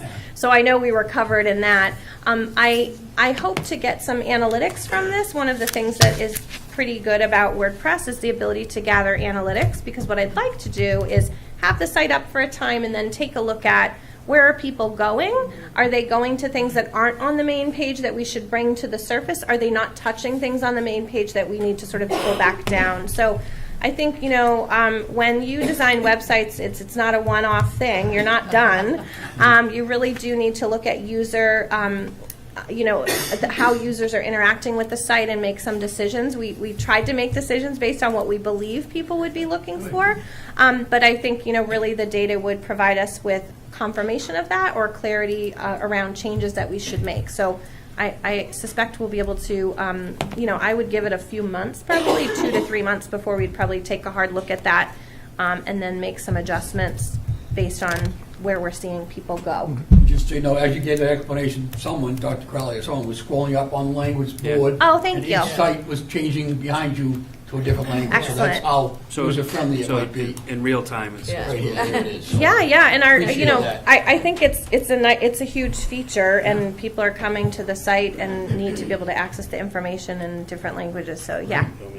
Thank you. Yeah, I just wanted him to point out that we do have information about the school committee on the Yes. website. under the district link. Yeah. The school committee has a I think it's tab here. I assume that when you do your analytics, you're going to find that this is the most popular. Most popular. Oh. Most Bring this to popular. the front It's page. probably Yeah, but here, here's the page. Yep. And each school obviously has their own page as well. And Yep. so I know that Jen is going pretty quick through this, but I want to thank, a lot of people contributed to making this come Absolutely. alive. And Yes. so building principals with pictures, Yep. people, teachers with content. Yeah. And it was a really big effort. Team so effort, thank you. for sure. Yes. Yeah. If you scroll down, Dr. Crowe, I just think it's nice because, for example, like all of the newsletters will automatically go to the front page for everybody. And if you go further a little bit more, sorry, not in the. Scroll down.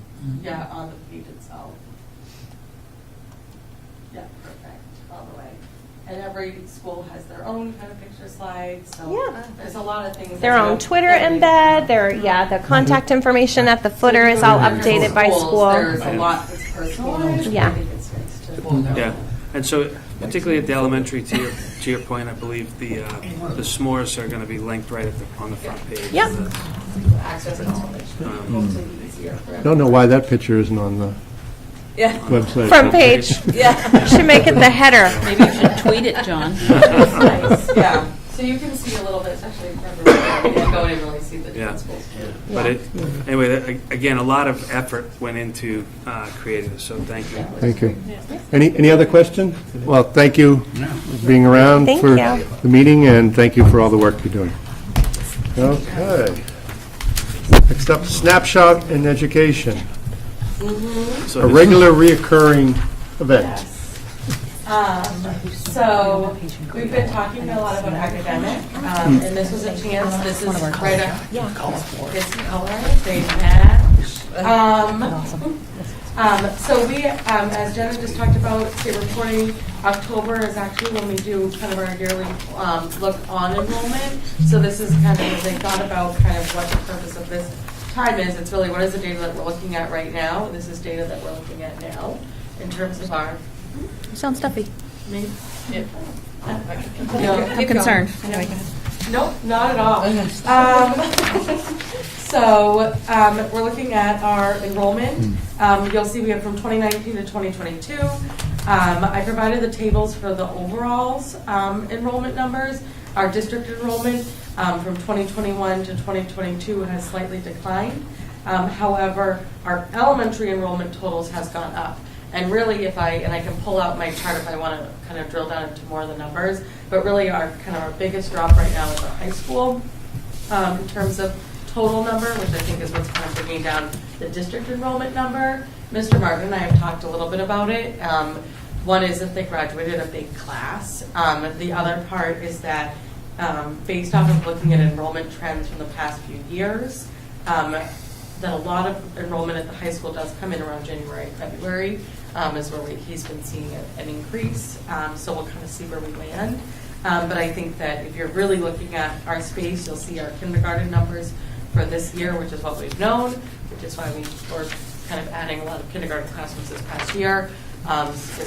Is the biggest of our elementary, the biggest that it's been in the past 4 years. And so we're kind of thinking and planning forward, recognizing kind of where that space is and kind of what does the kindergarten trend look like moving forward? Is it just this year, or is this consistently in terms of the age of families that are moving in? Are we now seeing a bigger uptick in terms of school-age kids? We'll have to kind of look and see. Okay, thank you. Yeah, so I know we did several years ago, we hired a consultant to extrapolate population, and how is it looking towards what they extrapolated? And I certainly can hop in as well, Dr. Crowley. I think that it's hard because I think that report was done prior to us knowing a lot of the building that we've since done. I think that when we've talked about the feasibility study, one of the things that we talked about at kind of the end of this is almost going back and re-looking at that, because I think that the information that we had, based off of the information we had right then and there, was accurate. I don't know if I think that information is accurate to the general landscape of Woburn now. Right. But I seem to recall it had an increase of students. Yes. And I was just wondering whether, because obviously that was pre-COVID, and I'm just wondering where it's at. Like maybe at another time we can just show what they projected, where we're at actual, just so, like you said, it was a snapshot at that particular time, but it's just useful because we were trying to make decisions based on that. Yes. And I think we do look a lot, and I know we've talked before in this committee in terms of, looking at the number of families that are moving into certain things that we're building and kind of using that to help us project. And I think that part of why, to your point, like the COVID part makes it difficult, because I think complexes perhaps that we built pre-pandemic time that did not end up having a lot of students, we're now seeing 32 students in buildings. And so I think that the landscape of housing has changed, which impacts enrollment too. Okay. You may also want to note that the preschool is turning 3 students, so they can't enroll until they hit 3, Right. so that green column will go up. Yep. Mr. Lipset? I think, just for the committee's information, do we have a sense of what specific schools we're seeing the highest growth in for elementary schools? Or, is it even across the board? Is it not? So we look at enrollment of I look at enrollment of elementary schools especially because that's where class size is the biggest part of it. We pull it monthly, and so I can tell you right now that we do have some spaces that the numbers are definitely getting closer. I think that we did a lot of work last year in terms of returning classrooms where things weren't borderline. And so I think that has helped us a great deal, that we didn't cut in places that previously I think we had. I think that there are definitely some buildings that have more kids and have bigger class sizes than others. But I think the maintaining, for example, the maintaining of a lot of our classes at the Malcolm Light have maintained class sizes that are smaller. So I think that we did a lot of work in terms of returning a lot of classrooms to help us not have that happen. I think that we're definitely, our kindergarten and first grade numbers, that's definitely where we have a lot of students, which I think is great, because to me it means that a lot of people are coming and choosing to start, kindergarten and first grade in the school system, right? So I look at it as a positive. It's a lot of kids. I'm sorry. We may have the same thought. Let's see. Yeah. You can go first, Ella. I just wanted the committee to know that I have been invited to be in an interagency committee that looks at housing. Were you going to say that? Yeah. Housing trends in the city with Building Commissioner Quinn. Do you want to elaborate on that, Charlie? Well, no, other than we had a meeting a few weeks back with Tom Quinn, and he kind of worked with us. He was great and outlined really where all the building is happening, what % capacity they're at, what the student yield is currently seemingly from these buildings, and what future building the timelines look like. And so to what Ms. Young did allude to, though, sometimes in the previous study would say that they had a formula so that if it was a 1 or 2 bedroom, they would say you're going to yield like a 0.6 student out of these things.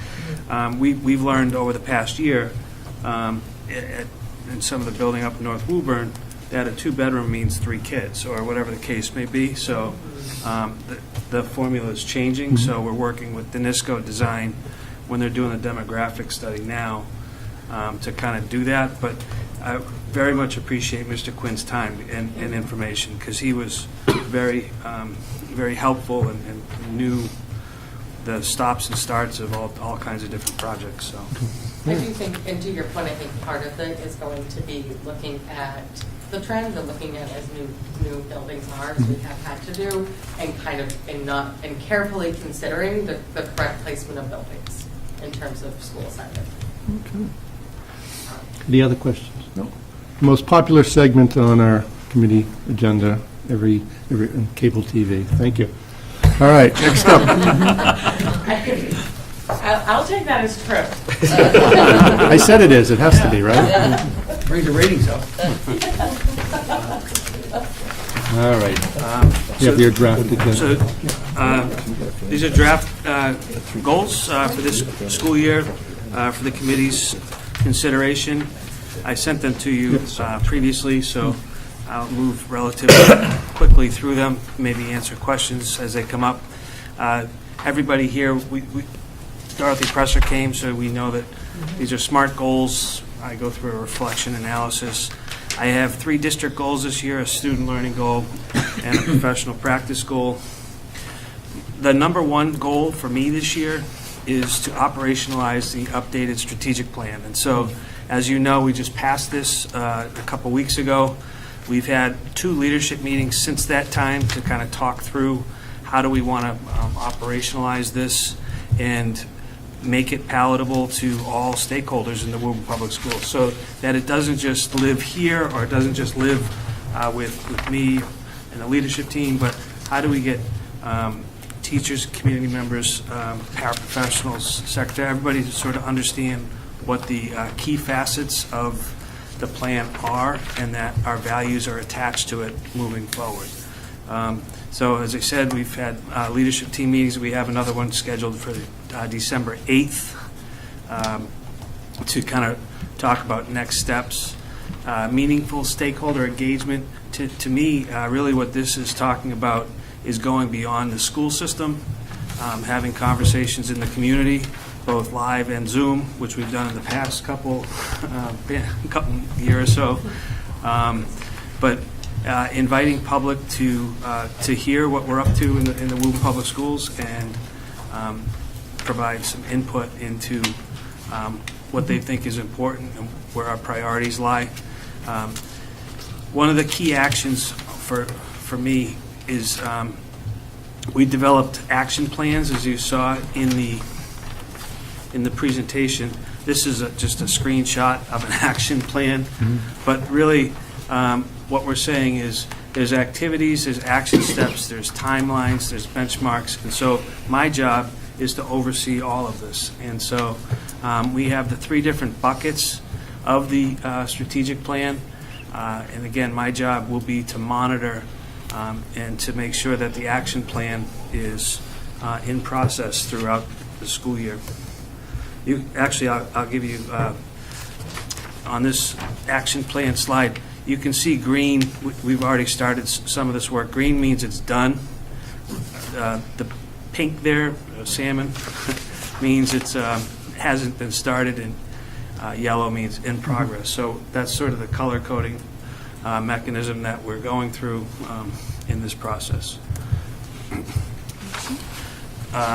Related to the plan, district goal is really to look at our tiered systems of support and work with all of our teachers to understand the needs of our growing, diverse student population. We're in the process of revising the DCAP, the District Curriculum Accommodation Plan. We want to spend time meaningful defining what the different tiers mean, so that in an ideal world, I would want even students to be able to tell you what a tier 1, tier 2, tier 3 intervention might look like. So spending time in that work with all professionals, but also helping students understand their role in this process. We are talking about communicating, again, with all stakeholders relative to this. This is a repeat. The WIN block, we're using K6, so that we're trying to use where students are and move them in real time every few weeks, predicated on reading scores or writing scores, so that they would be able to get what they need. So WIN, again, stands for what I need.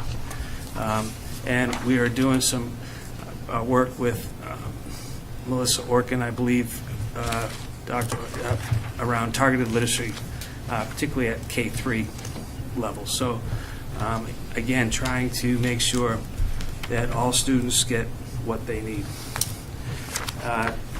One of the things that I have not concluded in past goals, but I feel like I spend a lot of time working on, is the budget. And in conjunction with Mr. Alcanada, I want to make sure that that our goals are aligning to our strategic plan and articulating how that happens. We've adopted over the past couple of years what I believe is a very transparent, efficient budgeting process. It's already started, right? Packets went out. But meeting with people, but then saying, okay, how does this align to where the plan? And communicating not only with the leadership team, with the elected officials, meaning you, but also City Hall, the City Council. We, in the past, have done sort of a mid-year check-in, like forecasting where we might go with the budget. I think that's always important to try to be transparent about it. One of the things that I get a lot of email every day, but a lot of information related to funding, Chapter 70 funding, Student Opportunity Act, ESSER funding, and so making sure that we are taking good care of the monies provided to us, and that they are aligning with the purposes that we are saying are important. And we have done it. You heard earlier Ms. Judkins talk about grants, so we pursue as many grants as humanly possible. And this is also linked to before and after school programming. The federal, the Title I, II, and III, 4. But any grant that we can potentially apply for to provide extra support to our kids, we are doing that. So, student learning. Really, this is around deeper learning and effective instructional practices. So create the instructional guide. That's the cheat that you've already seen. That's the green that I just showed you. We did that over the course of the summer. We've created it. We've talked about it here, and then we admittedly talked to a leadership group, and not everybody was as familiar with it as we would like them to be. So there's work around beyond creating it, making it part of everyone's realities, and so that everybody feels an ownership in that guide. Advocate and hire additional staff. This is something that happens in real time. We've done this already this year with, when we had, we passed the budget, and then we had kindergarten openings, and then our special ed programming. I know if Jen's still here, her tech department, she alluded to a 400% increase in devices that could benefit by an additional person. So we are trying to meet the needs in real time and work collaboratively with a lot of moving parts. So explore and create opportunities for extended day. So we have the SALT program. That's a grant-funded program at the Malcolm White. We have before school programs with the Boys and Girls Club at the Shamrock and the Malcolm White. The Alta Vista just started, you alluded to, Mr. Mulrennan, an after-school Boys and Girls Club extended day program. We've started ML after-school program at the middle schools for our ML students that want to stay for extra support in the afternoons. It's not always academic. The Kennedy and both the Joyce have started some extracurricular type activities to have kids stay after school. And the high school, of course, has a myriad of extra support after school. Bless you. So, again, trying to think about how can we keep kids engaged. Admittedly, this year I've been trying to advocate for the middle schools to explore this because I think we have quite a bit, both parent-supported but school-supported at the elementary, and the high school has what they have. I feel like the middle school really can explore this and to keep kids engaged. And again, not always academics. It could be a chess club. I think the Kennedy has a math club. So there's, again, trying to keep kids from not going home and being on screens or whatever the case may be. And professional practice goal, committing to equity throughout the district. We have been working on this. It started a few years ago. We did the equity audit last year, and we decided to make sure that equity was not just a standalone plan, but that it was part of the strategic plan.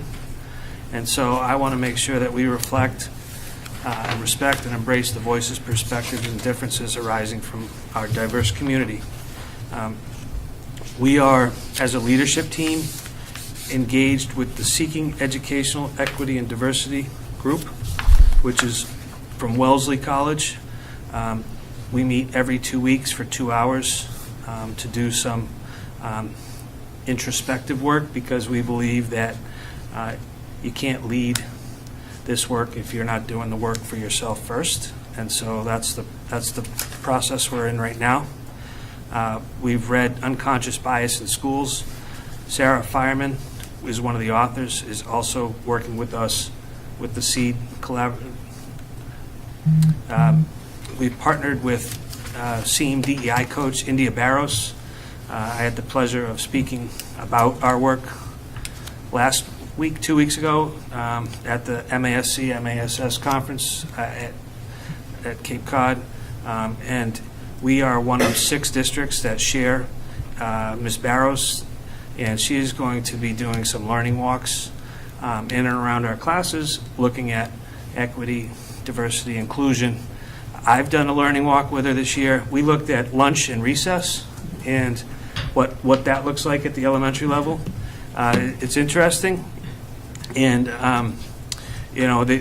she was candidly really blown away by Woburn. She said that I'm seeing perfect, like this is awesome. I'm not seeing the issues that I might have thought I'd see, but then it started raining, so we had to come inside. Yeah, and so I am also MASS, the superintendent state group, has a race, equity, diversity, inclusion, Mass second Wednesday webinars. That it's an hour and a half. It's led by other superintendents throughout the state, and I'm part of that. So at some point, I may be invited to be on the webinar, but I am actively participating in this process as well to kind of stay tied to what's happening at the state level. So I think that's it. All right. Do I have any questions or comments? Ms. Brown? Excuse me. I don't have nothing is glaring with these goals. I would just wanted to make a suggestion to the committee, and you don't have to take it. But I didn't actually have a lot of time to digest all of this, and it's because, I was working. But would it be okay if we voted on this next meeting? Would that be okay with everybody? Yeah. I just want, this is like the core of what we do, so I just want more time to really digest it, All right. because it's just some really good stuff in there. It's really important for the All district. right. All right, that's fine, because when the superintendent was talking, we were potentially going to put this off until December, so Oh. we're actually a little ahead of the game. Okay, so thank you. So why don't we do that? But I would ask the members, if you do have comments, reach out to the superintendent and talk to him beforehand, because really want to approve this.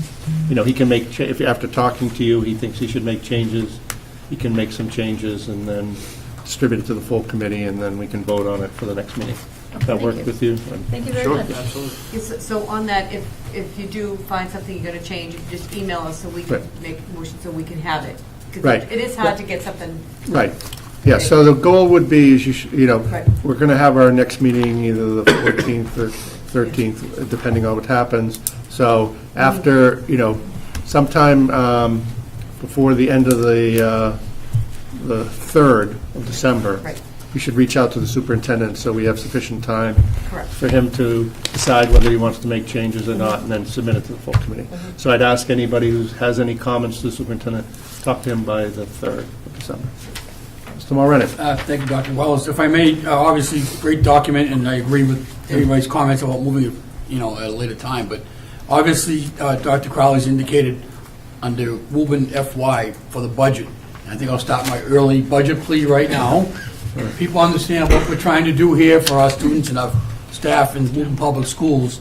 And lots of these benchmarks that Dr. Crowley's referring to in his goals, we want to work with Dr. Crowley to achieve these goals. We'd like to make sure that people are aware that a lot of these efforts cost money. We need their support at the city council level and at the public level to enforce these goals along with the goals of all of our staff to help them through that. So I think it's this time, it's just an early plea to remind your members of city council that what the school department is doing is important work, and they need the backing of the city council and the mayor. So we'll start it early this year. All right, Thank you. so with that, we'll just put this and bring it up again in December meeting. Thank you. Okay, moving right along. We have a vote to accept the gifts from the Woburn Community Education Foundation and the Dever family. And so if the superintendent could just give that. Sure. So the Woburn Community Ed Foundation did the Hall of Fame and is donating, or would like to donate, with your permission, $8,203 to the Woburn Memorial High School. And I would like to motion. Yeah. So do I have a motion to accept the gift? As presented. Okay, well, that's just only one gift so far. One so far, then. Okay, on the motion? On the motion. So where is that money going, and to be used where? Or? So it's going to be given to the high school with the discretion of the principal. Okay. Okay. Which kind of makes sense. It was all about the high school athletes and With that, so we have a motion, we have a second. Any more discussion on the motion? All those in favor? Aye. All those opposed? Motion carries. Next motion. And the next gift, the Dever family donate, or would like to have you accept a gift of $6,050 to the Alta Vista School to be, they donated a bench previously, but they want to have the Alta Vista receive that $6,050. Make a motion, we accept the gift from the Dever family. Second? We have a Second. Okay, any discussion on the motion? All those in favor? Aye. All those opposed? Motion carries. And I would add the superintendent, if you could just thank them on behalf of the school committee. Will do. Okay, great. All right, moving on. Finance Subcommittee, Ms. Chisholm. We did meet tonight, so this is going to be very rough minutes, but we, as always, we got our packets and we submitted our questions and they were answered by the administration. And we approved bills 2-0. So it was, okay, so it was Mr. Alcanada, Dr. Crowley, and Patty McKinnon in the meeting with Chris Kissel and myself. Warrant 1 was for $1,408,385.65. Warrant 2 was for $214,642.58. Warrant 3 was for $174,764.68. Warrant 4 was for $158,859.52. Warrant 5 was for $20.72, and warrant 6 was for $141,625.98. And we made a motion to approve those. Okay. Do I have a motion to approve the list of bills? So moved. Do I have a second? Second. Any discussion on motion? All those in favor? Aye. All those opposed? Motion carries. And the same action on the balance of accounts. I have a motion. So moved. Have a second? Second. Second. Any discussion? All those in favor? Aye. All those opposed?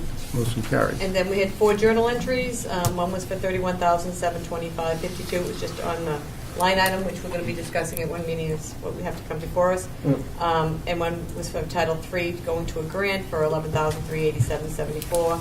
And it was a foundation grant for $3,061.81. And St. Charles, there was a grant that was being taken out of the sped, so that was for $20,717.22. And we accepted all of those. Okay. We did approve some money for the homecoming dance, to have to pay some teachers to chaperone so that the homecoming can take place this Friday night. And that was about it. And we adjourned at 6:50. I think you just want to mention that. The rental. That's okay. So everyone will get this. Not tonight. Yeah. Yeah, they have it. So all right. So we received this tonight. The only changes are on the last page, which is the finance parts of it. And we'll approve it the next meeting so that we can go forward. And it's going to be the same fee for the custodians, for everybody, for the Woburn groups, and for anybody in the city. And just for outside groups, will be charged a different rate of $75.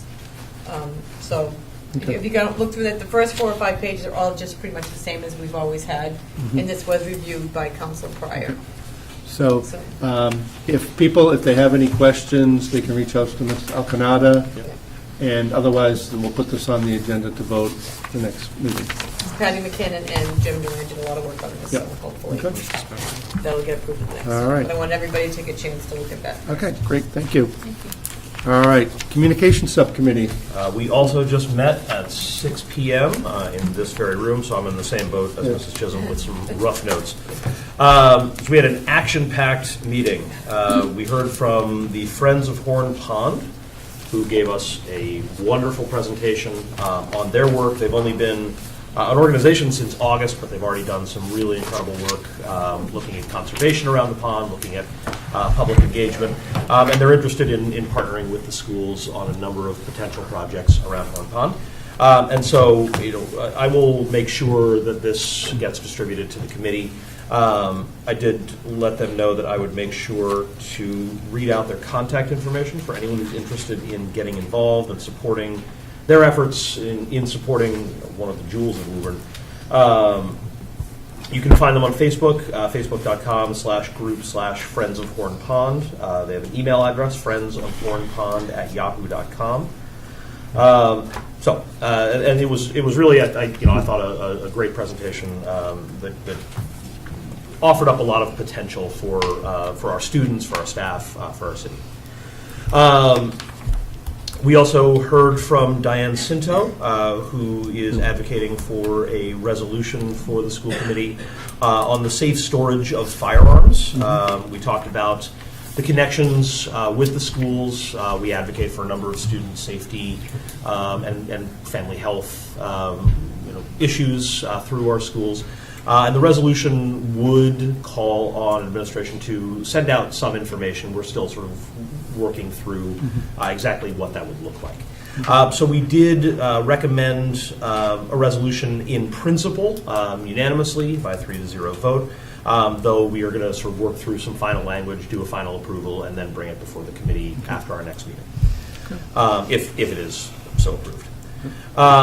We ended up tabling discussion of the school committee protocols as we were sort of out of time.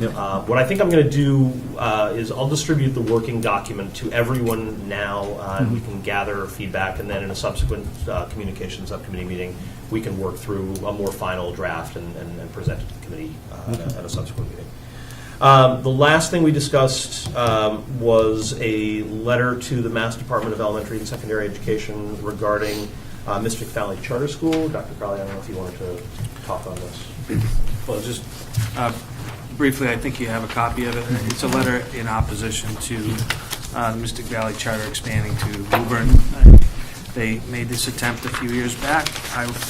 We wrote a similar letter a few years back. The charter was denied at that time, and the hope is that the charter would be denied again. I think the Woburn Public Schools are a great place, and there are other choices within Woburn to send students, so I wanted that to be part of the communication. All right. And we adjourned at about 6:50, 6:55. Thank you. All right. Any questions for communications? Thank you. All right, Curriculum Data Trends Subcommittee, Mr. Mulrennan. We have not met. We did get an enrollment update from Ms. Young this evening, so thank you for that. And we're trying to set a date for a future meeting. We have not forgotten Mr. Shukan's statements and whatever else Ms. Young might want to bring before us. Okay. Good. Personnel Subcommittee. We have not met. Okay. Any? I forgot to ask, was there anything for curriculum or personnel before I move on? Okay, thank you. All right. We don't really have a policy subcommittee, but we do have that policy that's with the lawyer. Could you check and see, Sure. What's happening with that? Yep. Because I'd really like to get that. That could be the crowning jewel of my chairmanship. End on a high note. Yeah, tells you about my chairmanship.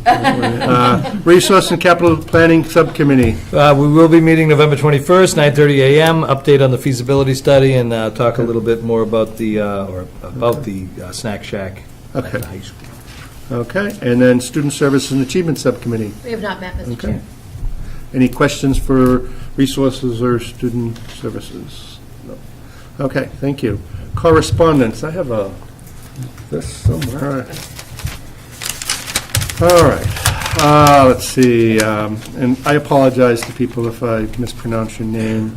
Andrea Cirio, Maura Cox, Julie Cotton, Bill Williams, all sent communications regarding the Shamrock Veterans Day program. I believe all the committee members got them. Yep. Okay.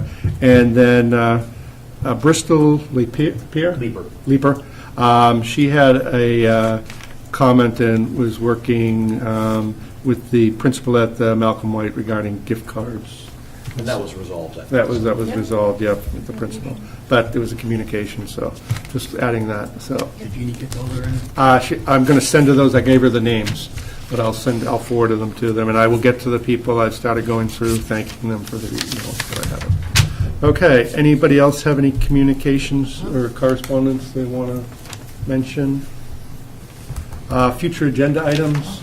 There was discussion by Sophia about absenteeism and making it up by the students, and maybe we could just have a report on absenteeism in general and what some of the things they're doing at the high school. Sure. Okay. Yeah, not today. Education. Okay. Any other future agenda items? They can wait until January. You can put them on for January. What? A couple things that actually came up at the MASC, MASS joint conference. The Wellness Committee Yep. There is Nicole Good at DESI. She is similar to how Dorothy Presser came and Yep. did the training with us. Nicole can also help get those wellness committees set up, because that is something we're required to have. So that was a resource that I found there. And I actually also went to a session on updating policies, and Jim Hardy had suggested strongly that it is good practice to regularly go through the policy manual, whether it's 5 or 10 every so often, and then by the time you get through the whole thing, it's time to go through them again. So starting in January, perhaps, we could make a plan for how to attack that. Okay, sounds good. Thank you. And I know several members went to that meeting, so maybe at the next meeting, just a brief, highlights of what you thought, just for the rest of the members to know. It doesn't have to be extensive. Okay. Anything else, Mr. Mulroney? Yeah, regarding the next meeting, Yep.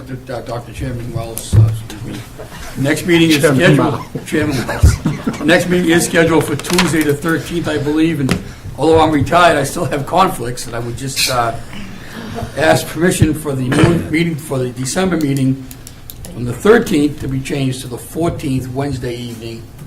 If anybody has a conflict with that, which is Tuesday to Wednesday, December 13th to 14th. I thought it was the 14th. You thought it was the I am 14th? okay with the 14th. I am totally fine with that.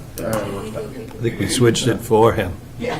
You already did? I have it in my I think we calendar did. for it, Yeah. I think you had a conflict and you switched it to the 13th. No, I know. I've watched George Washington. Retired people, we're going to limit retired people asking for changes I know it. to two a year. a month. Sounds like a new policy. Yeah. That sounds like the 3-question rule. We'll see That how didn't well work that's followed. All right, so the 4th, are you all set?